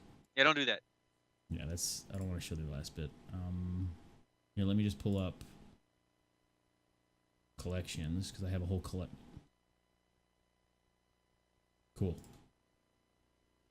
But I highlighted all of it, so let's just hop to like here in the middle. Oh, yeah. Perfect example. Me explaining a problem I had with the game where like, dude, this fucking counter isn't working. It's pissing me off. I'm pressing it at the right, like it's the same as the block button. So you have to hit it at just the right moment to actually get a counter, not just a block. And I was doing it and I'm like, why isn't this fucking working? Turns out the easiest way is to just mash it. Same thing with the Mercury counter thing, which I've talked about before, is that you have to mash it, and that was a fix. But overall, I would definitely recommend Sekiro as a game. If you're a Souls fan, it's a hard game. The story's way better than all the other Souls games. Granted, maybe if I'm on Bloodborne... ranks, I'm gonna go get one. All right, man. Talk, buddy. Press X to win? Not really. It doesn't make you win. It's still a lot more complicated than that. Hey, he's got a D20 glass. Woo! But, yeah. Yeah, like, I would say Bloodborne would be a good contender for this game, and Bloodborne would be a harder game than this because of what Bloodborne makes you do without parrying, and you have stamina and all that, and, like, executions. But my biggest gripe with Bloodborne is I have a PlayStation 4 Pro, and I have boost mode on, and I've gone back and tried to play that game several times, where I know that, like, not all games have had patches put on them so that they work special with the PS4 Pro, but you can still turn on boost mode to make it, I mean, it's just better tech, period, anyway. So it's just gonna run better. But at a base, Bloodborne's problem is it fucking chugs frames. Especially in fights with fire and hair. It just fucking chugs and I hate it. I can't, it's just so annoying. Like, when I'm fighting something in a small alley, like the cleric beast on that bridge, and all his hair is flying everywhere, and the frames drop to like 5 during his movement scenes and shit. I just, like, it's extremely frustrating because it's like, dude, I can't tell what's going on because it's chugging along on a PS4 Pro, and it pisses me off. But anyway, this game, playing it on PC, and this whole no stamina system and all that, and the posture system, and how, like, any move that the enemy does, you can pretty much use a counter against and use it to your advantage, is fucking awesome. I'd say one of my few gripes about this, other than the buttons not working sometimes, would be this is a perfect opportunity for them to utilize a system where they could have multiple weapons, since you don't have to worry about upgrading your weapon. But I'll go more into that in my review, which will probably actually add a whole 5 minutes there talking about that. But anyway, right? Yeah. So I recommend it, guys. I recommend it if you're like Souls games. This is a huge step forward for FromSoft in this genre. This definitely took it in like a lot of innovative ways forward that are there are a lot of mechanics in this game that are very player friendly, and then also open it up to where if you're a smart person finding the best ways to kill shit better in a game like this, you like that kind of stuff, then they have given you a fuck ton of tools to do so in this game. And it's very rewarding in that sense. Once you figure it out, and you're like where I am at the end game, where I'm like, dude, if I would have just done this, like what I know now at the end, at the beginning, and I even went off stream, started up a new game and used what I knew, and I was just fucking destroying everybody. People that were giving me tons of problems. Like, I had like this much health left, and I went and fought a 2 health bar enemy, and he didn't land a single fucking hit on me, and I kicked his ass. And I didn't even start with an execution start. I just fucking destroyed him because I knew the mechanics by then. So, cool fucking game. There are also a lot of monkeys. I think I'm definitely gonna play it. I'm gonna fuck around with Neo first. Yeah, you definitely don't want to go to Neo after this. I thought about it, and I went and booted up Neo off stream. I don't think I could do it, man. I don't know. Maybe if I got to play with you, that'd be the only reason, but I don't know, because Neo's thing is still that you have to work on a stamina system, so it'd be much better to work before that. And because Sekiro doesn't have a stamina system. You never run out of stamina. which is amazing. Oh my god, man! You don't have to worry about like, I gotta wait for my stamina to come back before I can keep doing stuff. High I'm a little speed, fucking pucker bitch. factor, intensity. Justin likes all those things. Yeah, exactly. Just keep fucking going, man. Kill, kill, kill. Where the limiting factor is you, not a little green bar that goes up and down when you do stuff. Yeah, that's annoying. Yeah. Fuck you, Dark Souls 2. I'm not touching you. Yeah. Story in this is way better than that. Way fucking better, man. Like, it's naturally motivating. But anyway, I'll go more into my review. In my review when I do that. But that's, you guys have heard me talk about most of the stuff all the time period when I've played it and stuff like that. So. All right. Boom, we got news. We got fucking what's Justin doing. We got what fucking Nade has played. We've got I think we're in the questions part and real talk section now, actually. Yeah. No, I That's mean, where we are. Questions. I guess we'll go to questions. I mean, I guess I could have done BattleTech elaboration, but we'll save that for next TG. Actually. Oh, did you Save want that to do for it? next Okay. TG. All right. No. We'll save that for next TG. I haven't actually got fucking hands on to test this new fucking mod yet. Once I do, I'll do it in depth on it. Okay. Why do you switch sides for this part? Because it doesn't fucking matter. Anyway.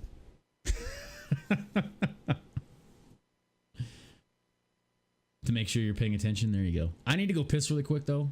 If you want to take it here for a moment. I'll take it. Right, Questions and answers. Questions and answers. What y'all want to fucking talk about? Let's do questions. Is that the format we were doing? Questions. What were your questions? Did we talk about the new Arma 3 DLC? Yes, we fucking did. Are you talking about the creator DLC? Is that what you're indicating? Because I haven't looked up a whole lot of information about that, so I don't really have a whole lot to say about it. All I know is it's creator DLC. So I don't know what the fuck all that entails. If it's going to be like fucking Bethesda's fucking goddamn whatever the fuck they do. So I don't know how I feel about that yet. I mean, what's the difference between that and mods right now? Creator DLC. I heard of God's Trigger, a game out yesterday, plays a bit like Hotline Miami. Looks like 80s stuff. God's Trigger. Now, see, here's the problem. See, Nate can fucking show all this fucking shit, and I can't do any of it because it ain't my fucking thing. God's Trigger. Slay enemies with the speed and precision in an over-the-top show of blood and explosions. Well, this seems right up my fucking alley. Play solo with others. Make split-second decisions to inflict violence in the most graphic way possible. Yeah, this is definitely up my alley. I'll probably have to beat Ruiner first. Definitely have to beat Ruiner first.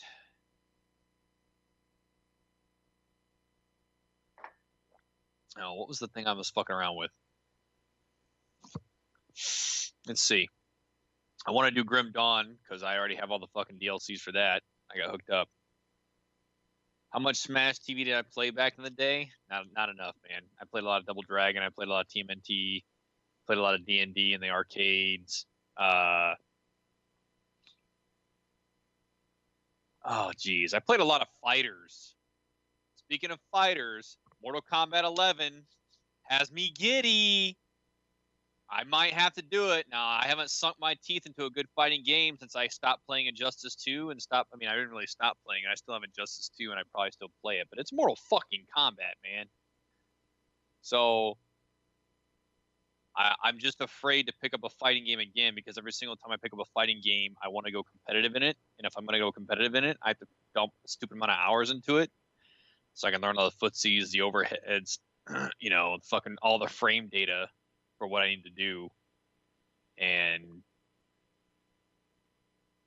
if you're going to get good at fighting games, they're an investment. They really are. I love the studios, the work that NetherRealm does. So MK11, maybe I'll get my Spawn DLC that I bought the Ultimate Edition of Injustice 2 for and never got. So, It'd be nice if I could play as fucking Spawn sometime this fucking century.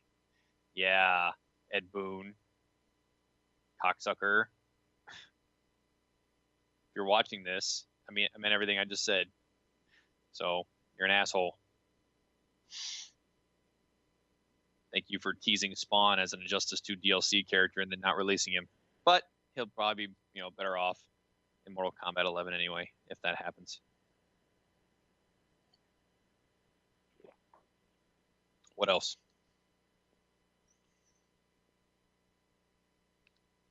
What else? I don't want to transition to real talk without Nate being here, so we're gonna wait. I'm also getting sick. You can feel the congestion in my fucking nose. So I had to actually take a Tri-Ease, which is like this honey fucking shit. So I'll probably end up drinking some tea as well. Yeah. So mild cold congestion. Who is your favorite Mortal Kombat character? I have been drawn towards Noob Saibot. In MKX, I played Kenshi. But what got me into RPGs? Pen and paper version? Yeah, Nate, you're gonna fart the mic again? No, my first actual foray into pen and paper RPGs was Alternity. Alternity was my very first pen and paper RPG. You look it up. God trigger. Oh. Would you rather be Shaggy or Scooby-Doo? Scooby-Doo. AD&D second edition was actually my second. Alternity was my first.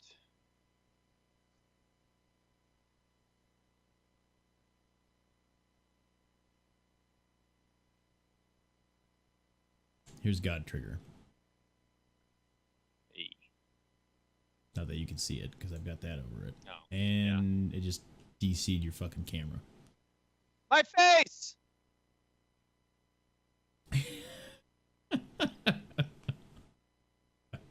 Motherfucker. I still somewhat feel like that Scooby-Doo has more brain cells than Shaggy sometimes. I don't know. Why is your camera gone? Because he's a dog and he gets petted in all the right places.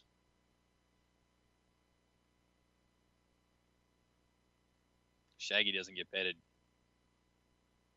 Ever. Are you able to, like, reconnect your camera or, like, redo it? Or do we need to reset up the call? What the fuck did you do to my camera? I don't know. It's gone. It's just showing, it's just doing voice now and no camera. Oh, cool. I'll just be the omnipotent voice over here. Want to just restart the call? I guess.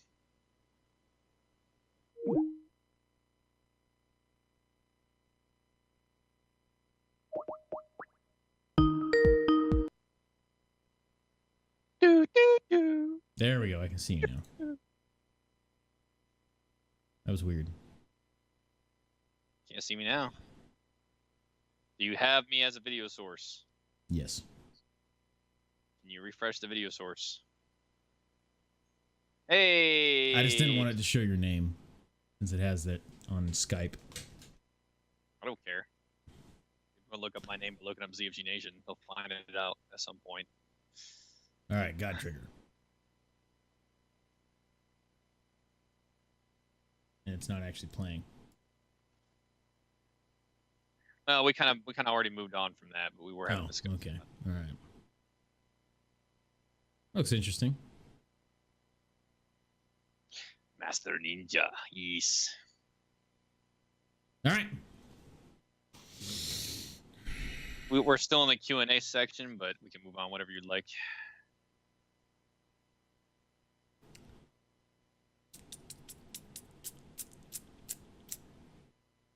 To actually answer your question on why we switched sides is initially I was always on the right, Justin was always on the left, but then when he didn't have a green screen, we needed to make a overlay for his camera so that it wasn't just a box, and it did not fit well with this screen, and the box above it for chat did not look right, so it flowed more visually to have him on the other side.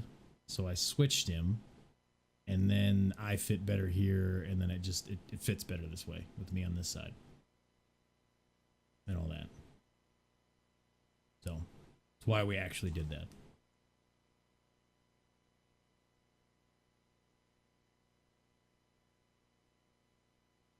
I can shoot with both hands. Why is it showing the mini you? Fuck you, Skype. You're fucking bullshit, I swear. You have a free code for what? Hong Kong Massacre? I like anything with Massacre in the title. Oh yeah, that's yeah. That game looks cool. I heard about that. Yeah. It's like super crazy. It's like a Hotline Miami, but a little more jumpy in 3D. Oh, the God game. Oh, God's Trigger. Okay. Oh, ooh. Oh, okay. All right. Okay. That's cool. That's cool. We'll talk to you about that. All right. Cool. Oh. All right. Hell yeah. Right there. What other questions do we have? Favorite MK character? Shit. I don't know, man. Probably Noob Saibot. My favorite was Mortal Kombat Armageddon, because you can make your own character with your own move list down to like what move is in the second combo and all that. And I like that, making my own guy. That was fun.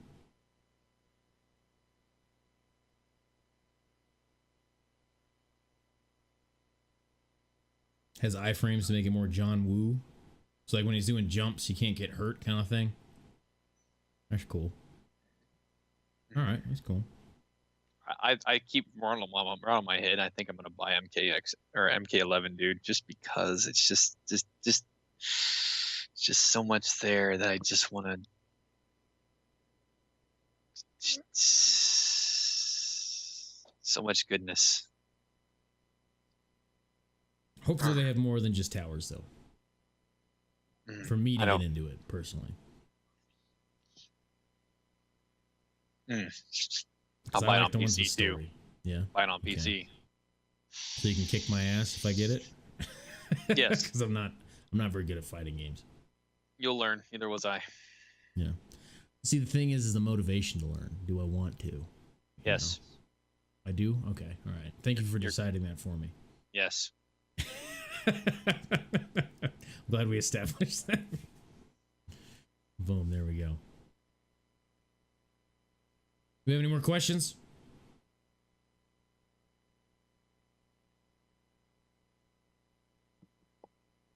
Not necessarily. Or if more come up while we're doing real talk. So I'm sure there will be. There will be a lot of questions, I'm sure. What's going on with Justin? Uh-oh. On your day-to-day, man. What headspace you at?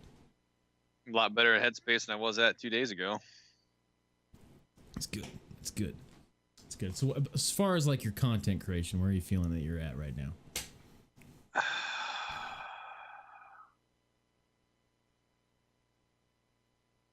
I'm trying to kind of reinvent the wheel with tactical gaming as it is, because I could sit there and just do playthroughs of stuff, but I'll be honest, the motivation to do anything that was tactical gaming related for a while kind of sank because nothing was really going on.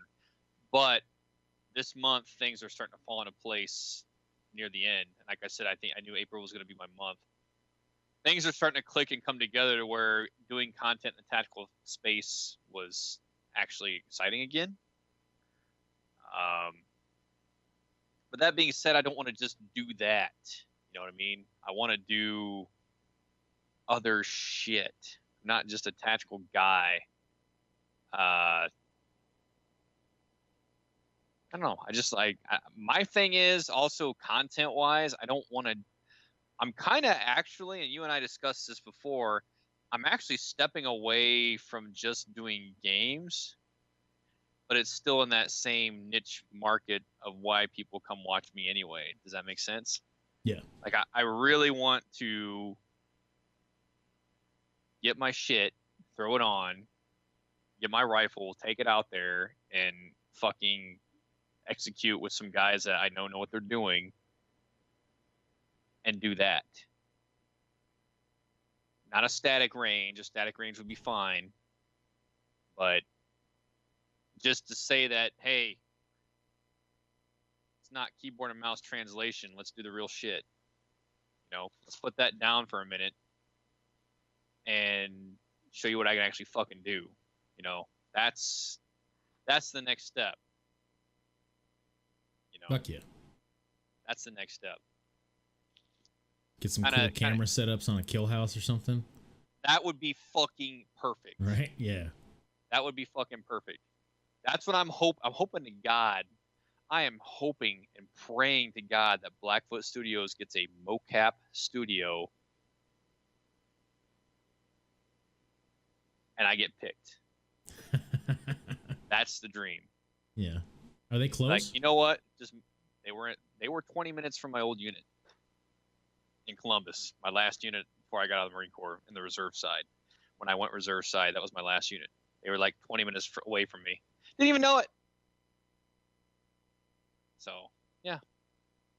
Fuck yeah. In Ohio. Cool. So, I'm very familiar with Columbus. Dude, that means you could get into like reviewing gear down the road. Fuck yeah. I wouldn't call me Grand Thumb or anything, but yeah. But like you'd actually go and use it. And then yeah, mainly like, and that's the thing that I want to talk to a lot. Like a lot of people who are gearheads or gear queers, as we like to put it, Nate. Geardos is another term. So are usually civilian side, like guys who actually put the gear to use aren't really that big into gear. Honestly, it's I need to do this. This piece of equipment helps facilitate that easier, but it's not necessary because there are better alternatives to what I'm doing, but I'm not a big gear guy because I can still accomplish the mission. It's a matter of accomplishing what I need to do. So it's like, I don't really care about having the latest RAV plate carrier. I just need a plate carrier. There are certainly better ones, you know, like the MTVs we used to have put a lot of fucking weight on our hips instead of our fucking traps. That was you get those fucking, get the rubbing on your hips. Oh, yeah. But it took the weight off our fucking traps, and it was just a godsend because, you know, your hips are a big muscle, you know. Kind of like when people, like this ruck, like when I was just rucking with the fucking shoulder straps and I was almost putting myself in pack palsy because I was an idiot, you know. And then, you know, you use the fucking waist strap and you use the fucking chest strap and you're able to manage the weight better. It's just better design quality. So, yeah. It is really hard to find packs with an actual frame system. I don't like the frame system, though. I don't like it. No? I didn't like it because when I wore body armor, it fucked with it.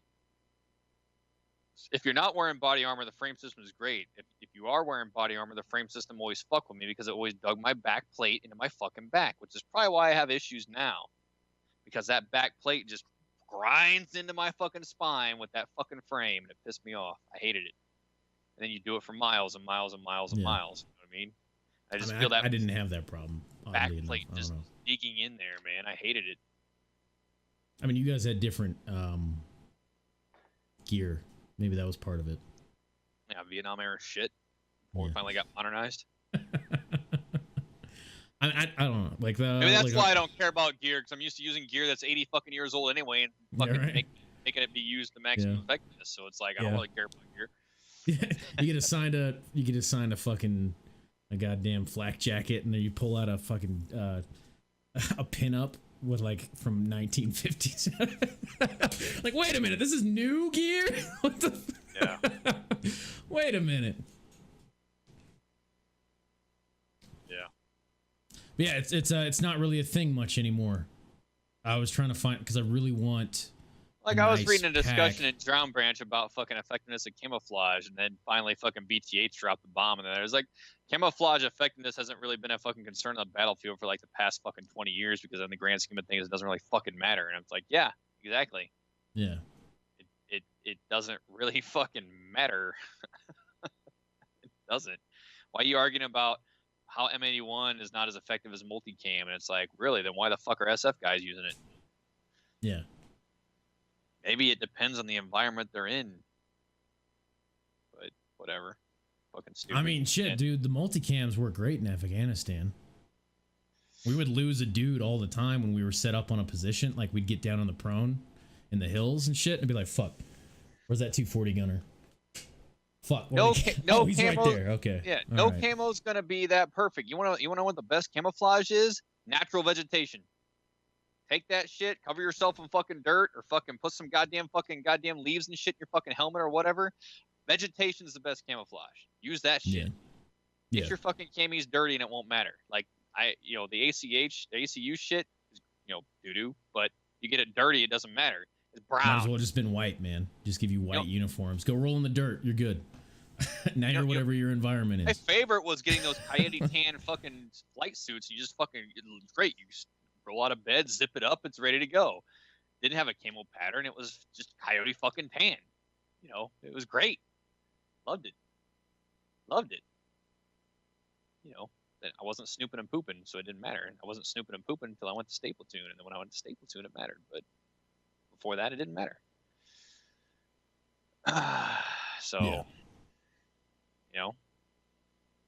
I was DA. I wasn't doing fucking surveillance and observation till later. Kill shit.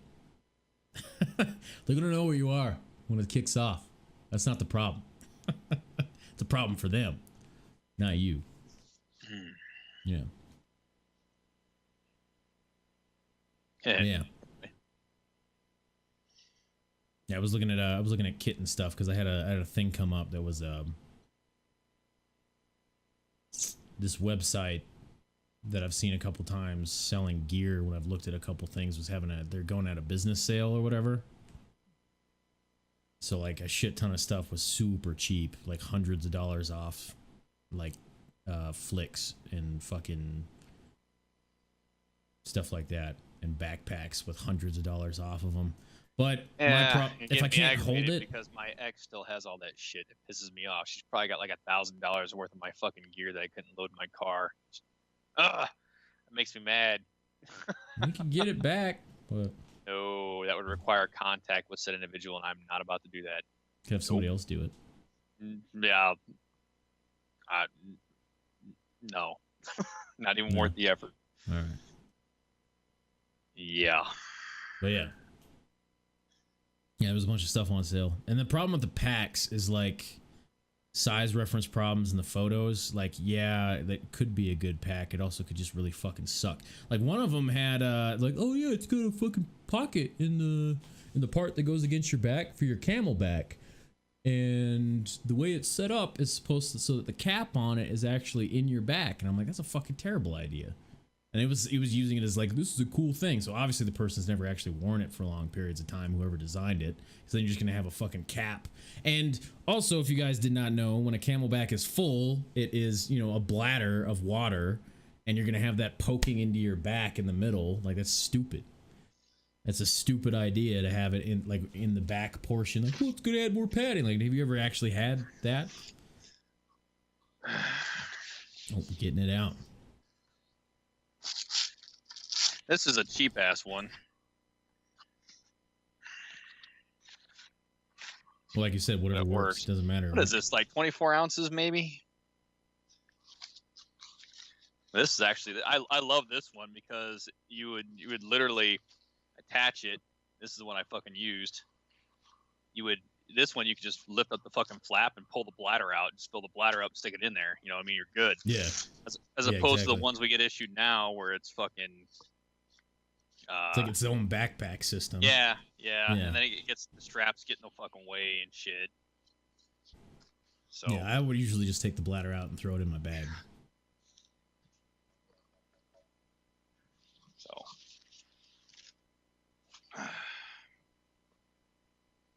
anyway. But yeah, you're gonna have that cap in your back, and it's stupid. But anyway. What? You like pussy, so you might like these cat products? What? Have you been? Oh, because you've been Googling pussy. Now it's like.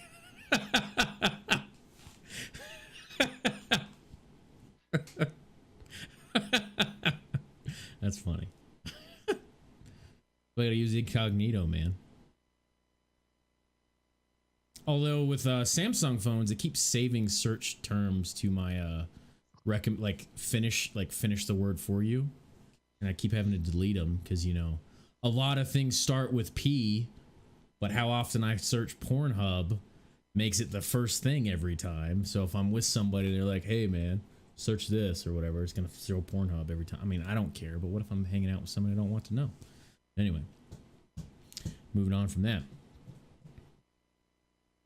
All right. So this is something I was. There's been an ongoing thought here with what we've been talking about on Real Talk for me, and like surrounding myself with people that are motivating and stuff like that, and not finding that most of the time with a lot of people. And I mean, shit, dude, I'm coming up on. It's gonna be 4 years of streaming, and I keep thinking that, and I'm still at like who's around my size, like these are my colleagues, right? Who's around my size and stuff like that, and it's not necessarily just a numbers thing. I'm talking grand scheme here, as far as like what I want to do and what I like, regardless of what I want and how I feel about the numbers of all this. There are certain things that like when I want to get review copies of stuff. I want to be viewed as a professional within the field. I want to be respected and stuff like that. So I have to kind of get into that a little bit on some scale. And something I've been thinking about is like this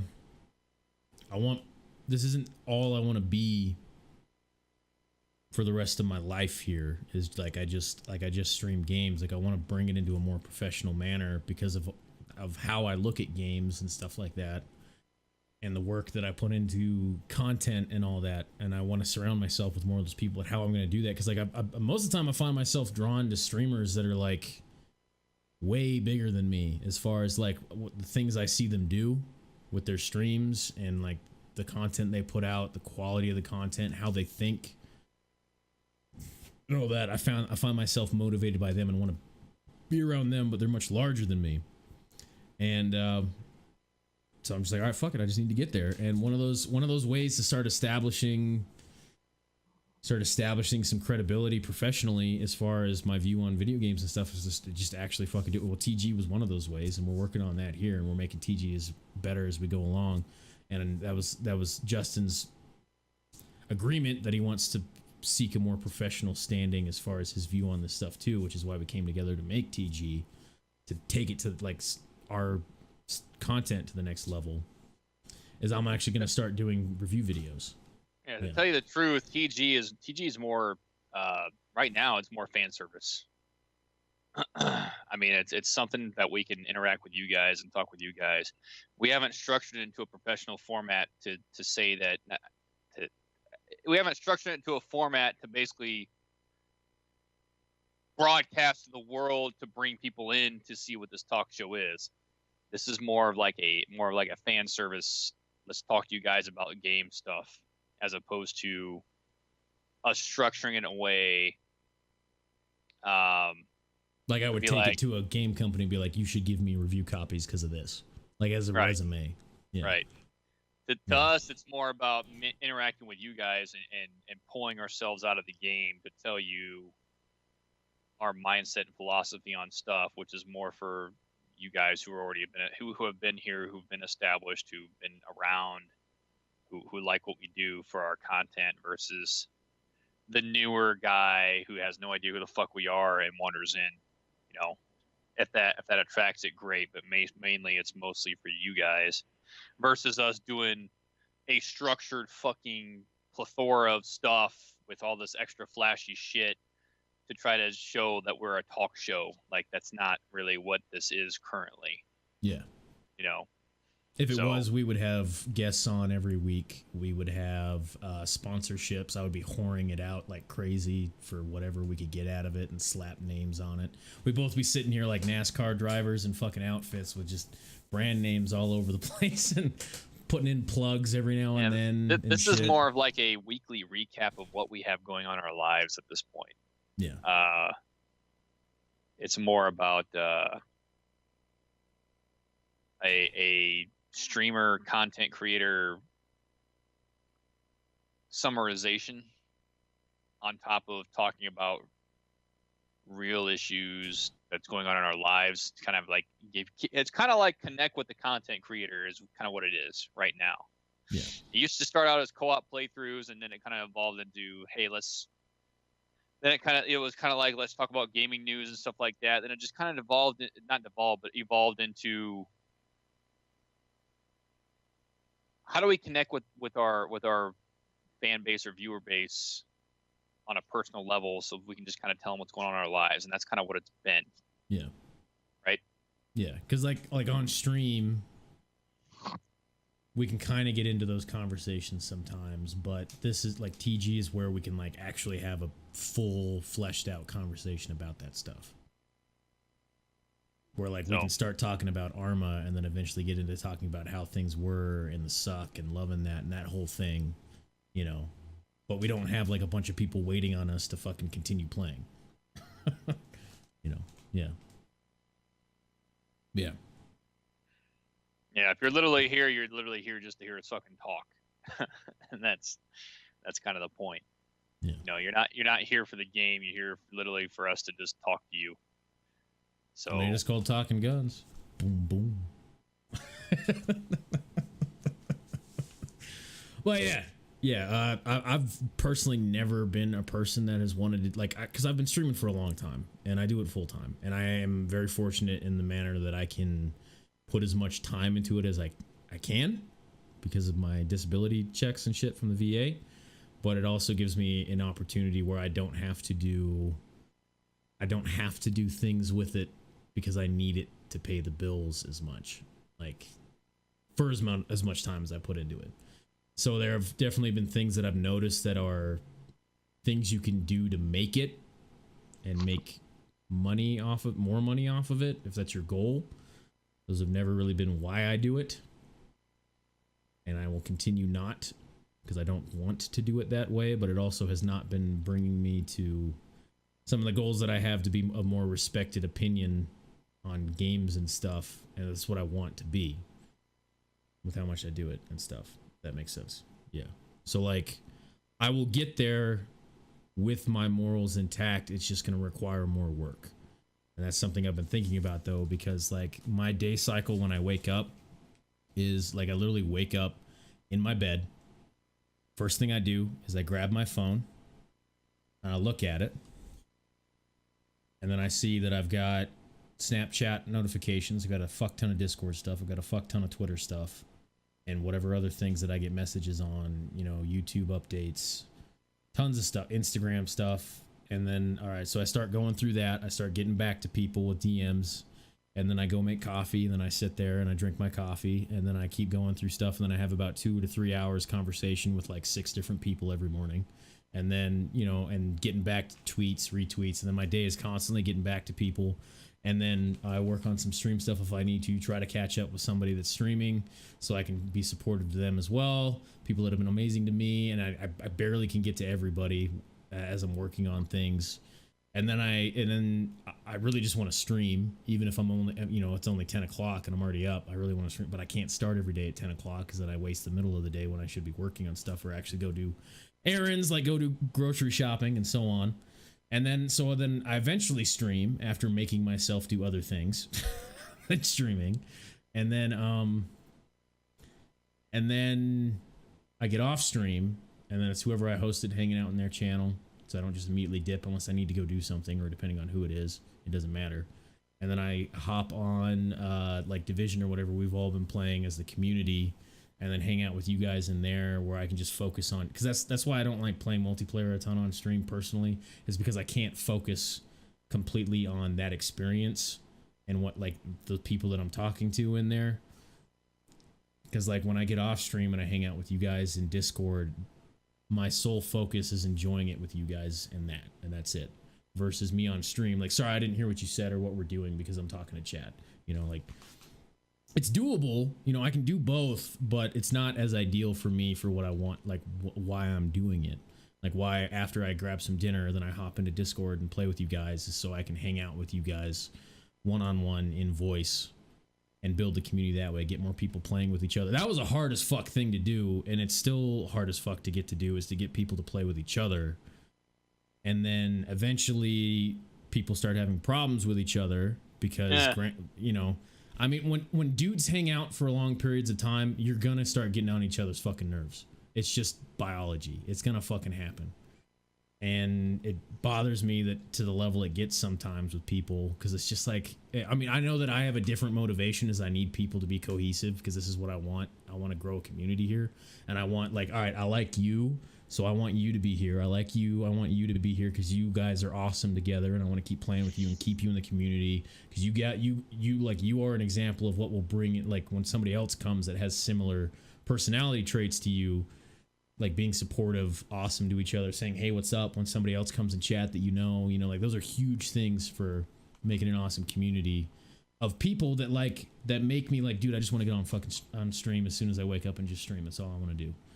But because of the awesome people that I get to hang out with and all that, and keep working on that. And I get a little too obsessed with work, even though I need to do more work. So it's just going to be a matter of managing my time so I can hit these other goals. It's just going to be in different ways. So I may do shorter streams when I'm doing reviews, and I'm working on other stuff. And I'm just like, hey guys, I'm going to cut the stream here. I'm going to go work some more on this review that I got, that I want to get pushed out as I learn that. And those are things for me. Those are things that, like, it doesn't matter how long it takes. I will figure out how to do it. Like when I made all this shit. Like this wasn't I need a time hack on making all this. This is just a matter of like how long, like I just need to do it until it gets to where I like it, and then it'll be something that I'll keep adding to as time goes on. Like my info panels down below just started as I need to make new ones, and then it came into the I need to idea give you of having... some font for me. I need to give you some font for me. Oh, change that. I just grabbed one that was pretty I can change that. I need to give you my font. Oh, yeah, no problem. Yeah, that's easy. That's fucking easy. This is literally just, that's easy shit to change. But yeah, shit. Where are we going? Oh yeah, yeah, like shit. Yeah, that's what I fucking love about streaming, man. I love that when something comes up, like my break screens or whatever, like I get an idea. And this is the job where I can chase that fucking rabbit hole until I get it to where I want it to be, the vision I had, and however much time it takes of me teaching myself how to do it, and I can get there, and then I can be like the fucking Cuddle Zone shirt. Like I had never done women before in art, ever. So I got to learn how to do hair. I got to learn how to do, make a woman sexy, not just like completely copy the picture like my alerts. You and I talked about that, about how that brings your community closer because you empower them with something. When you empower them with uniqueness. Yeah. No, it was definitely part of it. Yeah. They feel attached because you are empowering them with something. You're bringing your community close, which is a good thing. Yeah. No, totally. Yeah, you're totally right. Because, like, when I got all your reference photos, like, and then I was putting you all together, and I'm like, I'm going to make you bitches sexy, all right? You're going to be fucking sexy bitches, right? Like, I want all of you, like, every single one of you that's in this photo, in this thing, when you look at it, you're like, oh, that's me. Oh, that's me. Oh, I'm going to touch myself, looking at myself. Like, that's the feeling I wanted to create when I did them. If you're going to touch yourself, I have a 2257 you need to sign, and we'll go from there, all right? In a butt lamp, apparently. I missed the butt lamp. Proper lighting. Yeah, camera. Proper lighting. I'll call Dave up to facilitate everything. Yeah, boom, got it. But yeah, no, it's definitely part of it. Like, I want to take these females that are enriching the community by having you girls around, because you have been amazing with, like, oh hey, what's up, like when someone comes in, you're like, hey. And also, I mean, like, let's just be completely transparent here. Like, there's a lot of dudes out there that don't necessarily interact with females on the regular, so like it's also an environment where they've got like chicks that are actually fucking cool, that are open-minded, can have an adult fucking conversation, like have very attractive personalities, and also breed an environment of being comfortable with each other and not assholes about stuff. Like that's fucking awesome. And a cool environment to hang out with, because sexism in games is kind of a fucking big kind of thing. Everybody, oh, it's a girl, it's a girl, it's a girl. It's like, yeah, it's a grill. It's a grill. She got them Like, titties. why don't you go fucking socialize and get laid and United. fuck. Oh my god, man. But yeah, like it's added a huge part to the community. A fucking huge part having you girls around. Fucking awesome, And that like the wonders that does at a base level for a lot of people, like what it's done for me, and I know that it's done for other dudes, because like I'm having conversations that I want to have with women, like about gaming and about like minute flirting with stuff, and like the stuff we do, like those are the conversations we want to have with women. And I would assume that you girls want to have with us too, like not outright like send me nudes, lady, like get into that point, but like the playful day-to-day conversations that we have, like when we're Why does that talking even about the growling exist? and Like stuff, that and- never works. Oh, just Anyway, give me go nudes. ahead. Send me nudes Yeah. thing, yeah. Send nudes. Like there's no suave, there's no convincing, there's no romanticism, there's no playing the game in that. Oh, that reminds me. This is random, but the send nudes thing. There was some chick that was like backpacking through some section of desert somewhere, and she made a giant. She took a bunch of rocks and she wrote "Help, send nudes" as a joke, and they actually sent a fucking helicopter out to go save her. And she's like, "No," and then there was a picture of what she wrote, and it was just like, it was a fucking joke, bro. Like, send nudes. Nice. But anyway, yeah, back to the. Yeah, no, it's fucking great, and I wanted it to be a thank you, and like here's like you guys and what you bring here, stuff like that. So yesterday was National Send Nudes Day. Well, damn.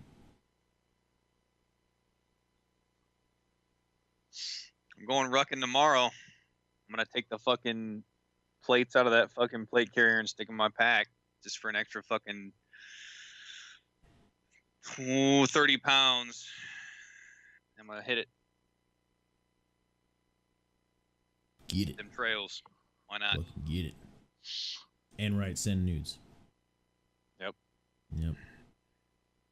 Send ladies. Send babes. With a grid. And you're gonna write out the entire fucking grid in a 9-line. Yep. Condition horny.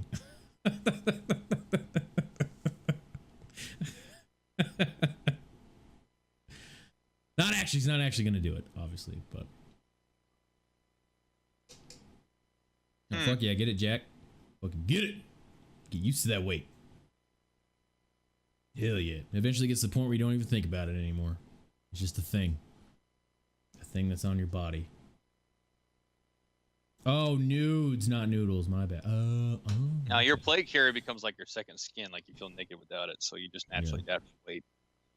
Oh yeah, you like when you've been wearing it for like 23 hours straight.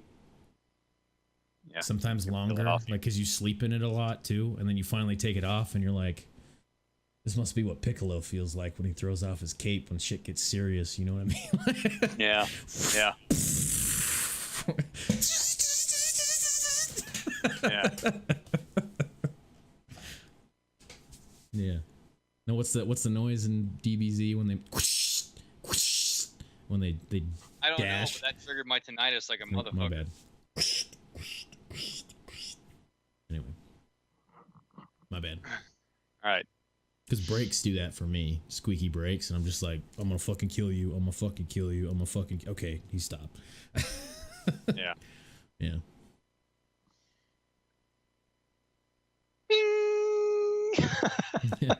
Oh, yeah.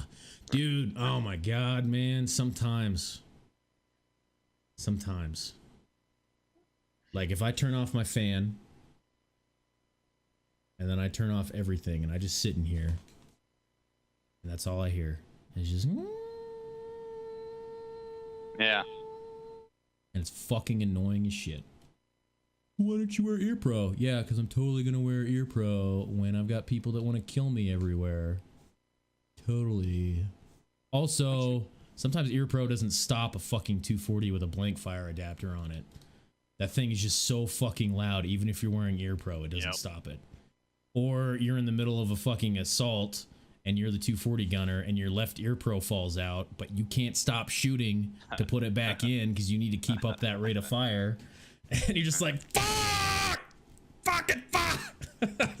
Yeah. Fucking god. I just like tuck my ear in like. Yeah. Sorry, my ear pro fell out. Oh, that's why you stopped. Now your buddies are dead. Yes. Yeah. Sorry, everybody. Sorry, you're all dead because my ear hurt. But anyway, and then the whole grenade thing didn't really help. But yeah. I need more tats. I'm gonna get a tat this weekend, I think. I need more tats too. I need to go find a fucking good shop that's gonna do what I want to do for this fucking piece up here. I mean, it's already a blank canvas. Literally, it's transparent. When you did that, it was just like, oh, I'm so white. I also need a tan this weekend too, man. I need to fucking white boy it up. Yeah, there's a shirt I have. It's the dark gray blue with the like off-white sleeves. And I've had people come and chat and be like, "Man, Nate, you're pale. Wait, are you wearing a tank top?" I'm like, "No, that's the sleeve." And I lift my arm up. I'm actually paler than that. Anyway. I am going to get a werewolf ripping through the skin to symbolize quite a bit of the internal conflict I deal with day to day, on top of I had a call sign of werewolf when I was doing my shit. So fuck yeah. Get it. How much longer? I've got about 2 inches more, Dave. Do you want me to put it in? Sorry. Everybody always wants 2 inches more. I couldn't pass it up. I know what he meant, how much longer we're going. You guys got shit later? No. Oh, okay. I don't know. We're kind of in the real talk part that takes as long as it takes. What's up, Dave? How you doing, man? Yeah, fuck yeah, man. Fuck yeah. Fuck yeah. Yeah, when I got my Griffin,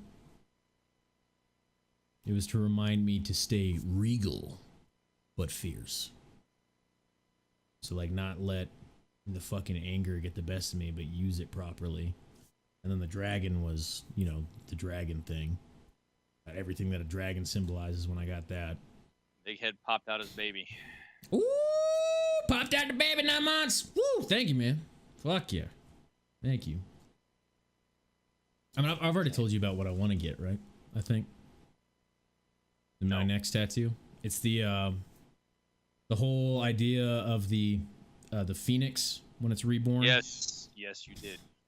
Yeah, and then it's gonna be a man eating the ashes, which is gonna be past me, and then it's gonna be rebirthed in his throat and fucking burn his face off and kill him, and then that's the new me. Because I died, and now I'm new. I am no longer private blank blank, or not private. I got out as specialist. I am no longer specialist blank blank. I am Nate Face. I had somebody call me by my real name the other day that knows me in person. They're like, "Hey, real name." And then at first I didn't hear it, and then they said it again because I'm so used to hearing Nade, not my real name, that I was like, "Oh yeah, that is my real name. Oh, hey, what's up?" Yeah. Oh. I've also referred to myself in person with people in the third person as Nade, not my real name. And they're like, "Huh? Oh, sorry." I need to get some coffee and shit and caffeinate the fuck up. That's for damn sure. Are you drawing? Is that question for Justin? You drawing it up? You gonna draw up the? I want to provide a fucking concept, and then I want to see what they do with it. And if I like it, then we'll go from there. And it's probably not going to be colored. It's probably going to be black and white. One thing I recommend is don't just go for like, "Oh, that sounds cheap and great. Let's do that." No, you can't skip on fucking goddamn body art. I never did. Even even the fucking back piece I did that was pretty simple was like for lettering was about $400. You know, 'cause I didn't want to skimp on it. So I was young and stupid and should have had somebody better do this one.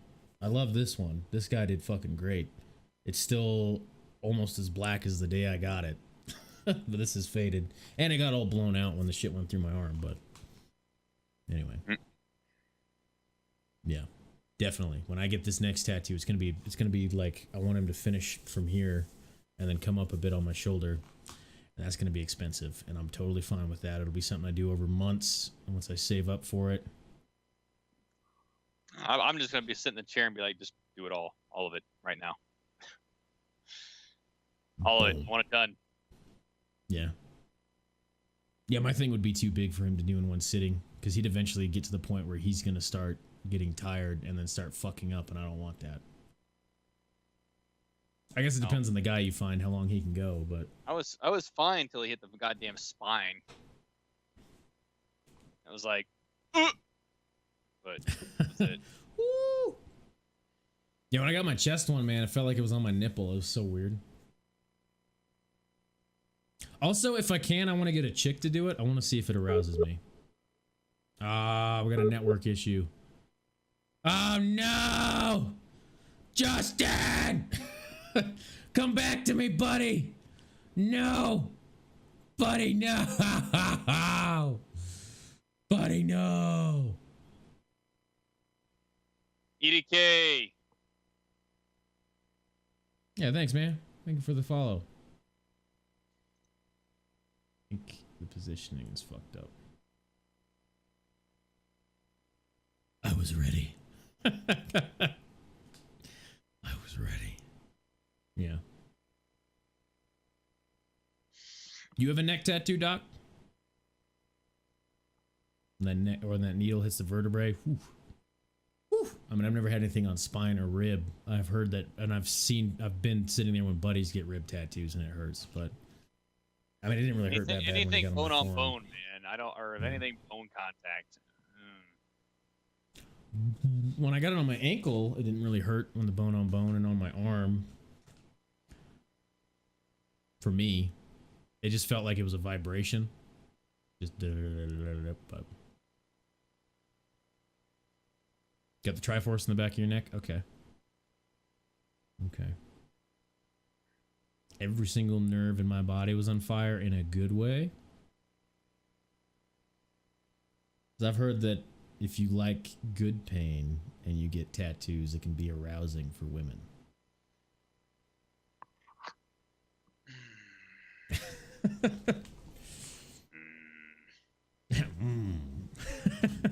Makes you want to become a tattoo artist. Yes and no? Okay, so sometimes, not all the time? Okay. I guess it would also depend on the dude, right? Like, you don't want to get turned on from the dude if you don't. Yeah. Yeah. It's like, no. Yeah. That's why I'd like to get a tattoo with a chick, see how it feels. Hot chick. We are delving. Yeah. Getting some interesting conversation, huh? Yeah. But yeah, no, basically about the coming back to the thing, the stuff, and where we're going with all that. But yeah, it's things are gonna change, man, because I need to change things in my life. I love doing this, but this is not where I want to be for the rest of it. I want 5 years from now to not be like I'm still at where I am at, because like at 4 years and I'm not partnered, like I know I don't do it for the money, I don't do it for the numbers, but like I'm just saying though, like, you know, 4 years and not partnered, been doing it full time for 4 years. Wants to leave it? No, man, I'm just gonna be doing other things on the side. I'm not gonna leave. But yeah. Oh, we also have another emote slot, which is going to be the nade cry that I'm going to do there. But anyway. What's up, Clank? There's always a future, Clank. Always a future, man. Bada boom. That was my real talk conversation thing. I'm getting it this year. Yeah, gonna get that tattoo this year. That tattoo, I'm getting a partner this year too. God damn it. Yeah. Just one of those things, man. One of those fucking things. I want to go to, like, Like when people ask me when I go to TwitchCon, my first thought is I'm not partnered. I went to last TwitchCon in 2017, and not being partnered pretty much made me feel like I shouldn't even be there as an affiliate. Like it was like an affiliate pass is the exact same as a 3-day pass. You get into the exact same shit. So it was pretty much it didn't make you any special. Got into the same shit, and it just said affiliate on it. Whereas partners had a partner lounge.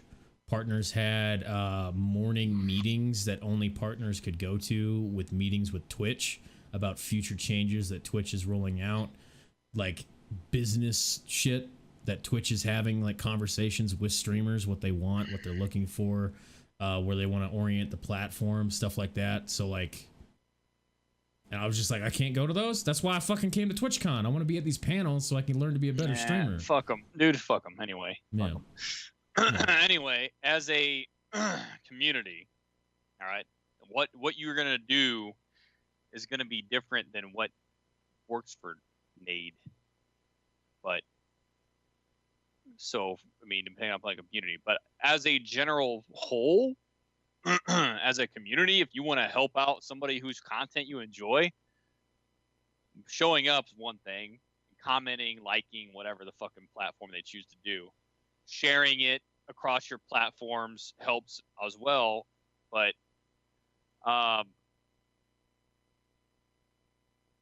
interacting and mainly the one thing that a lot of people sometimes don't do is, if there's community events that are set aside like multiplayer games, get involved in that, because that's only going, number one, it's going to facilitate more content, right? It's a say for example the Blast Zone has a raid or a fucking whatever. Your participation allows more content to be created into the space that you're already occupying as well. So, you know, it's not just Nade the streamer, it's Nade's community is being involved in the content now, which helps. You know, networking is a powerful thing. A lot of time, you know, initially you always start out doing it on your own, but a lot of the times, in order to climb, when you get to a certain mid-tier level, is to network, to push beyond that. So, you know, a lot of it's just facilitating that and growing from there. But honestly, it's just being here, you know, being involved. Yeah. Is just the big thing, period.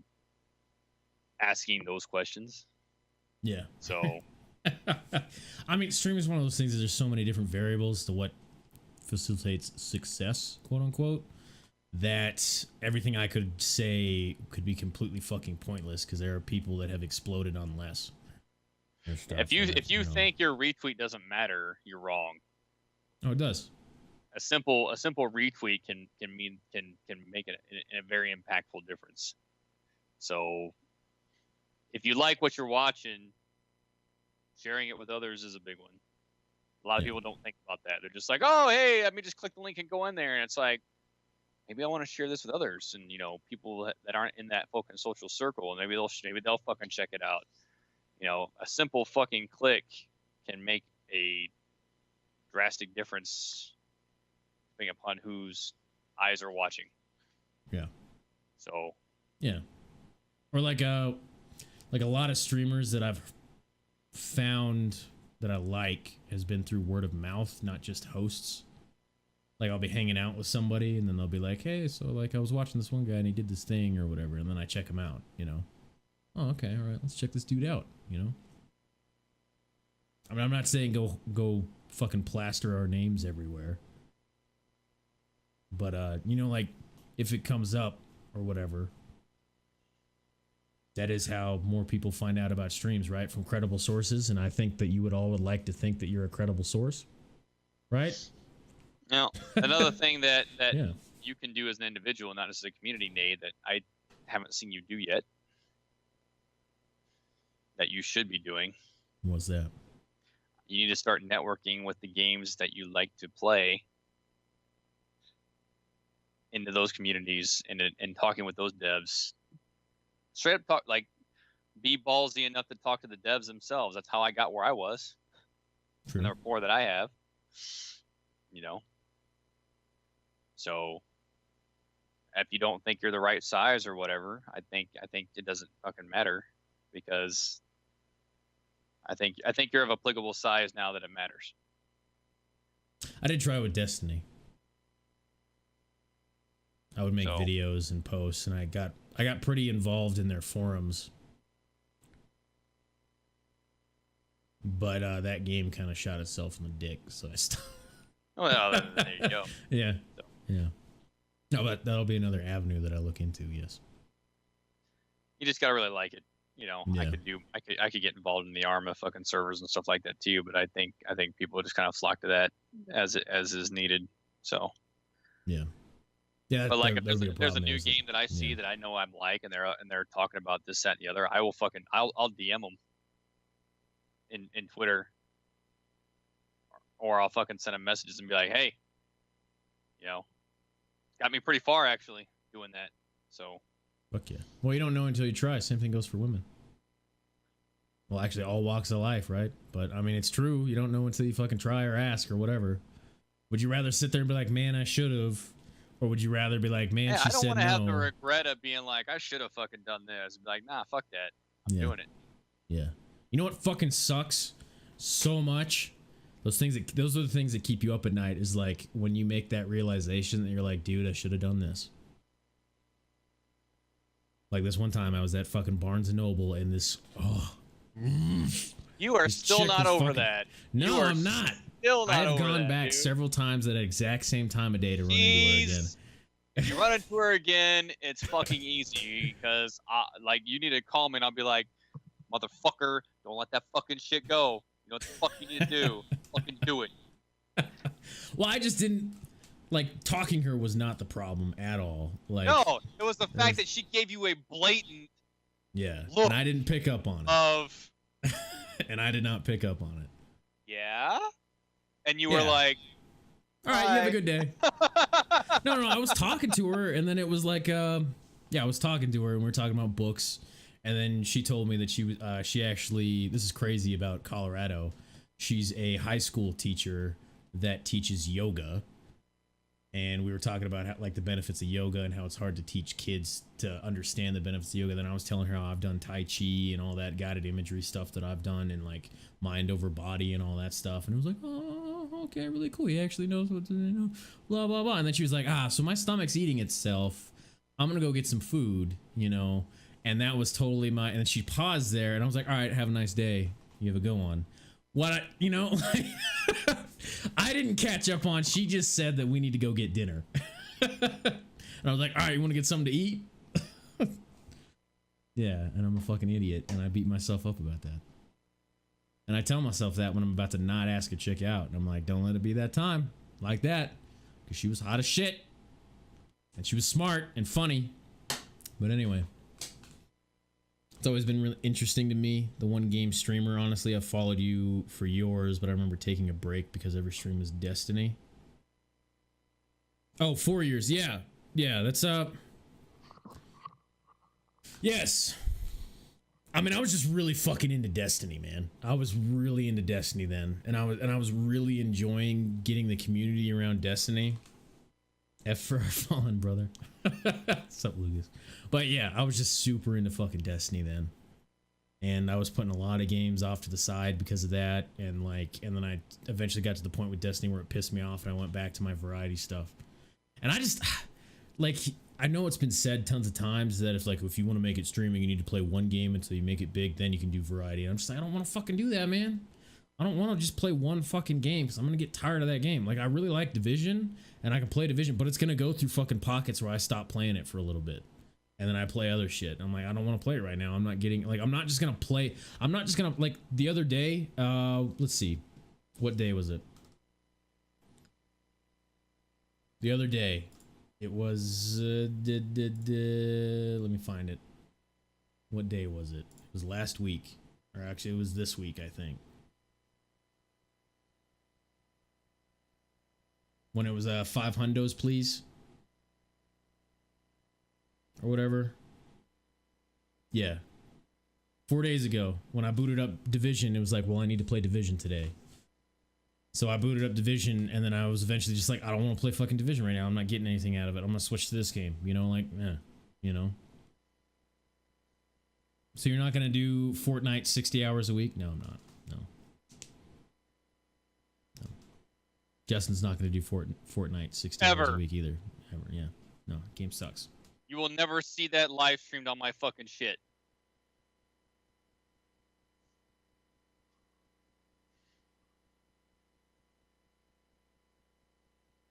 What are we looking for? Red, what's up? How you doing? The raid, man. Carl's. What is going on? Red the Second is actually it's a couple that streams. It's always Red and Red the Second. Pretty cool. Pretty cool. GG's. If we don't have anything else, I'm gonna cut to the stop recording and just after talking. Yeah.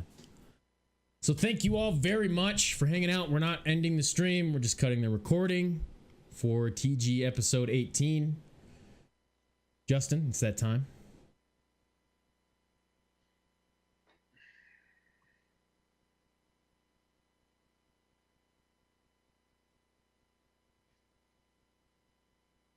His name is Justin Red 87 on Twitch and Justin Raid 87 on Twitter, where you can find his tweets.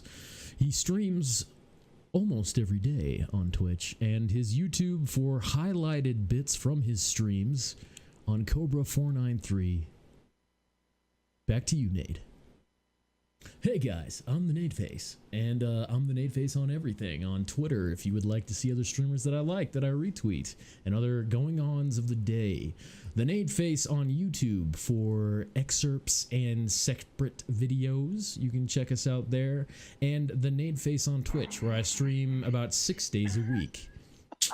Yeah, buddy. No fucking growl. Come on. Yeah, thank you all very much. Thank you. And we'll see you guys next week for TG number 19. It's going to be nice.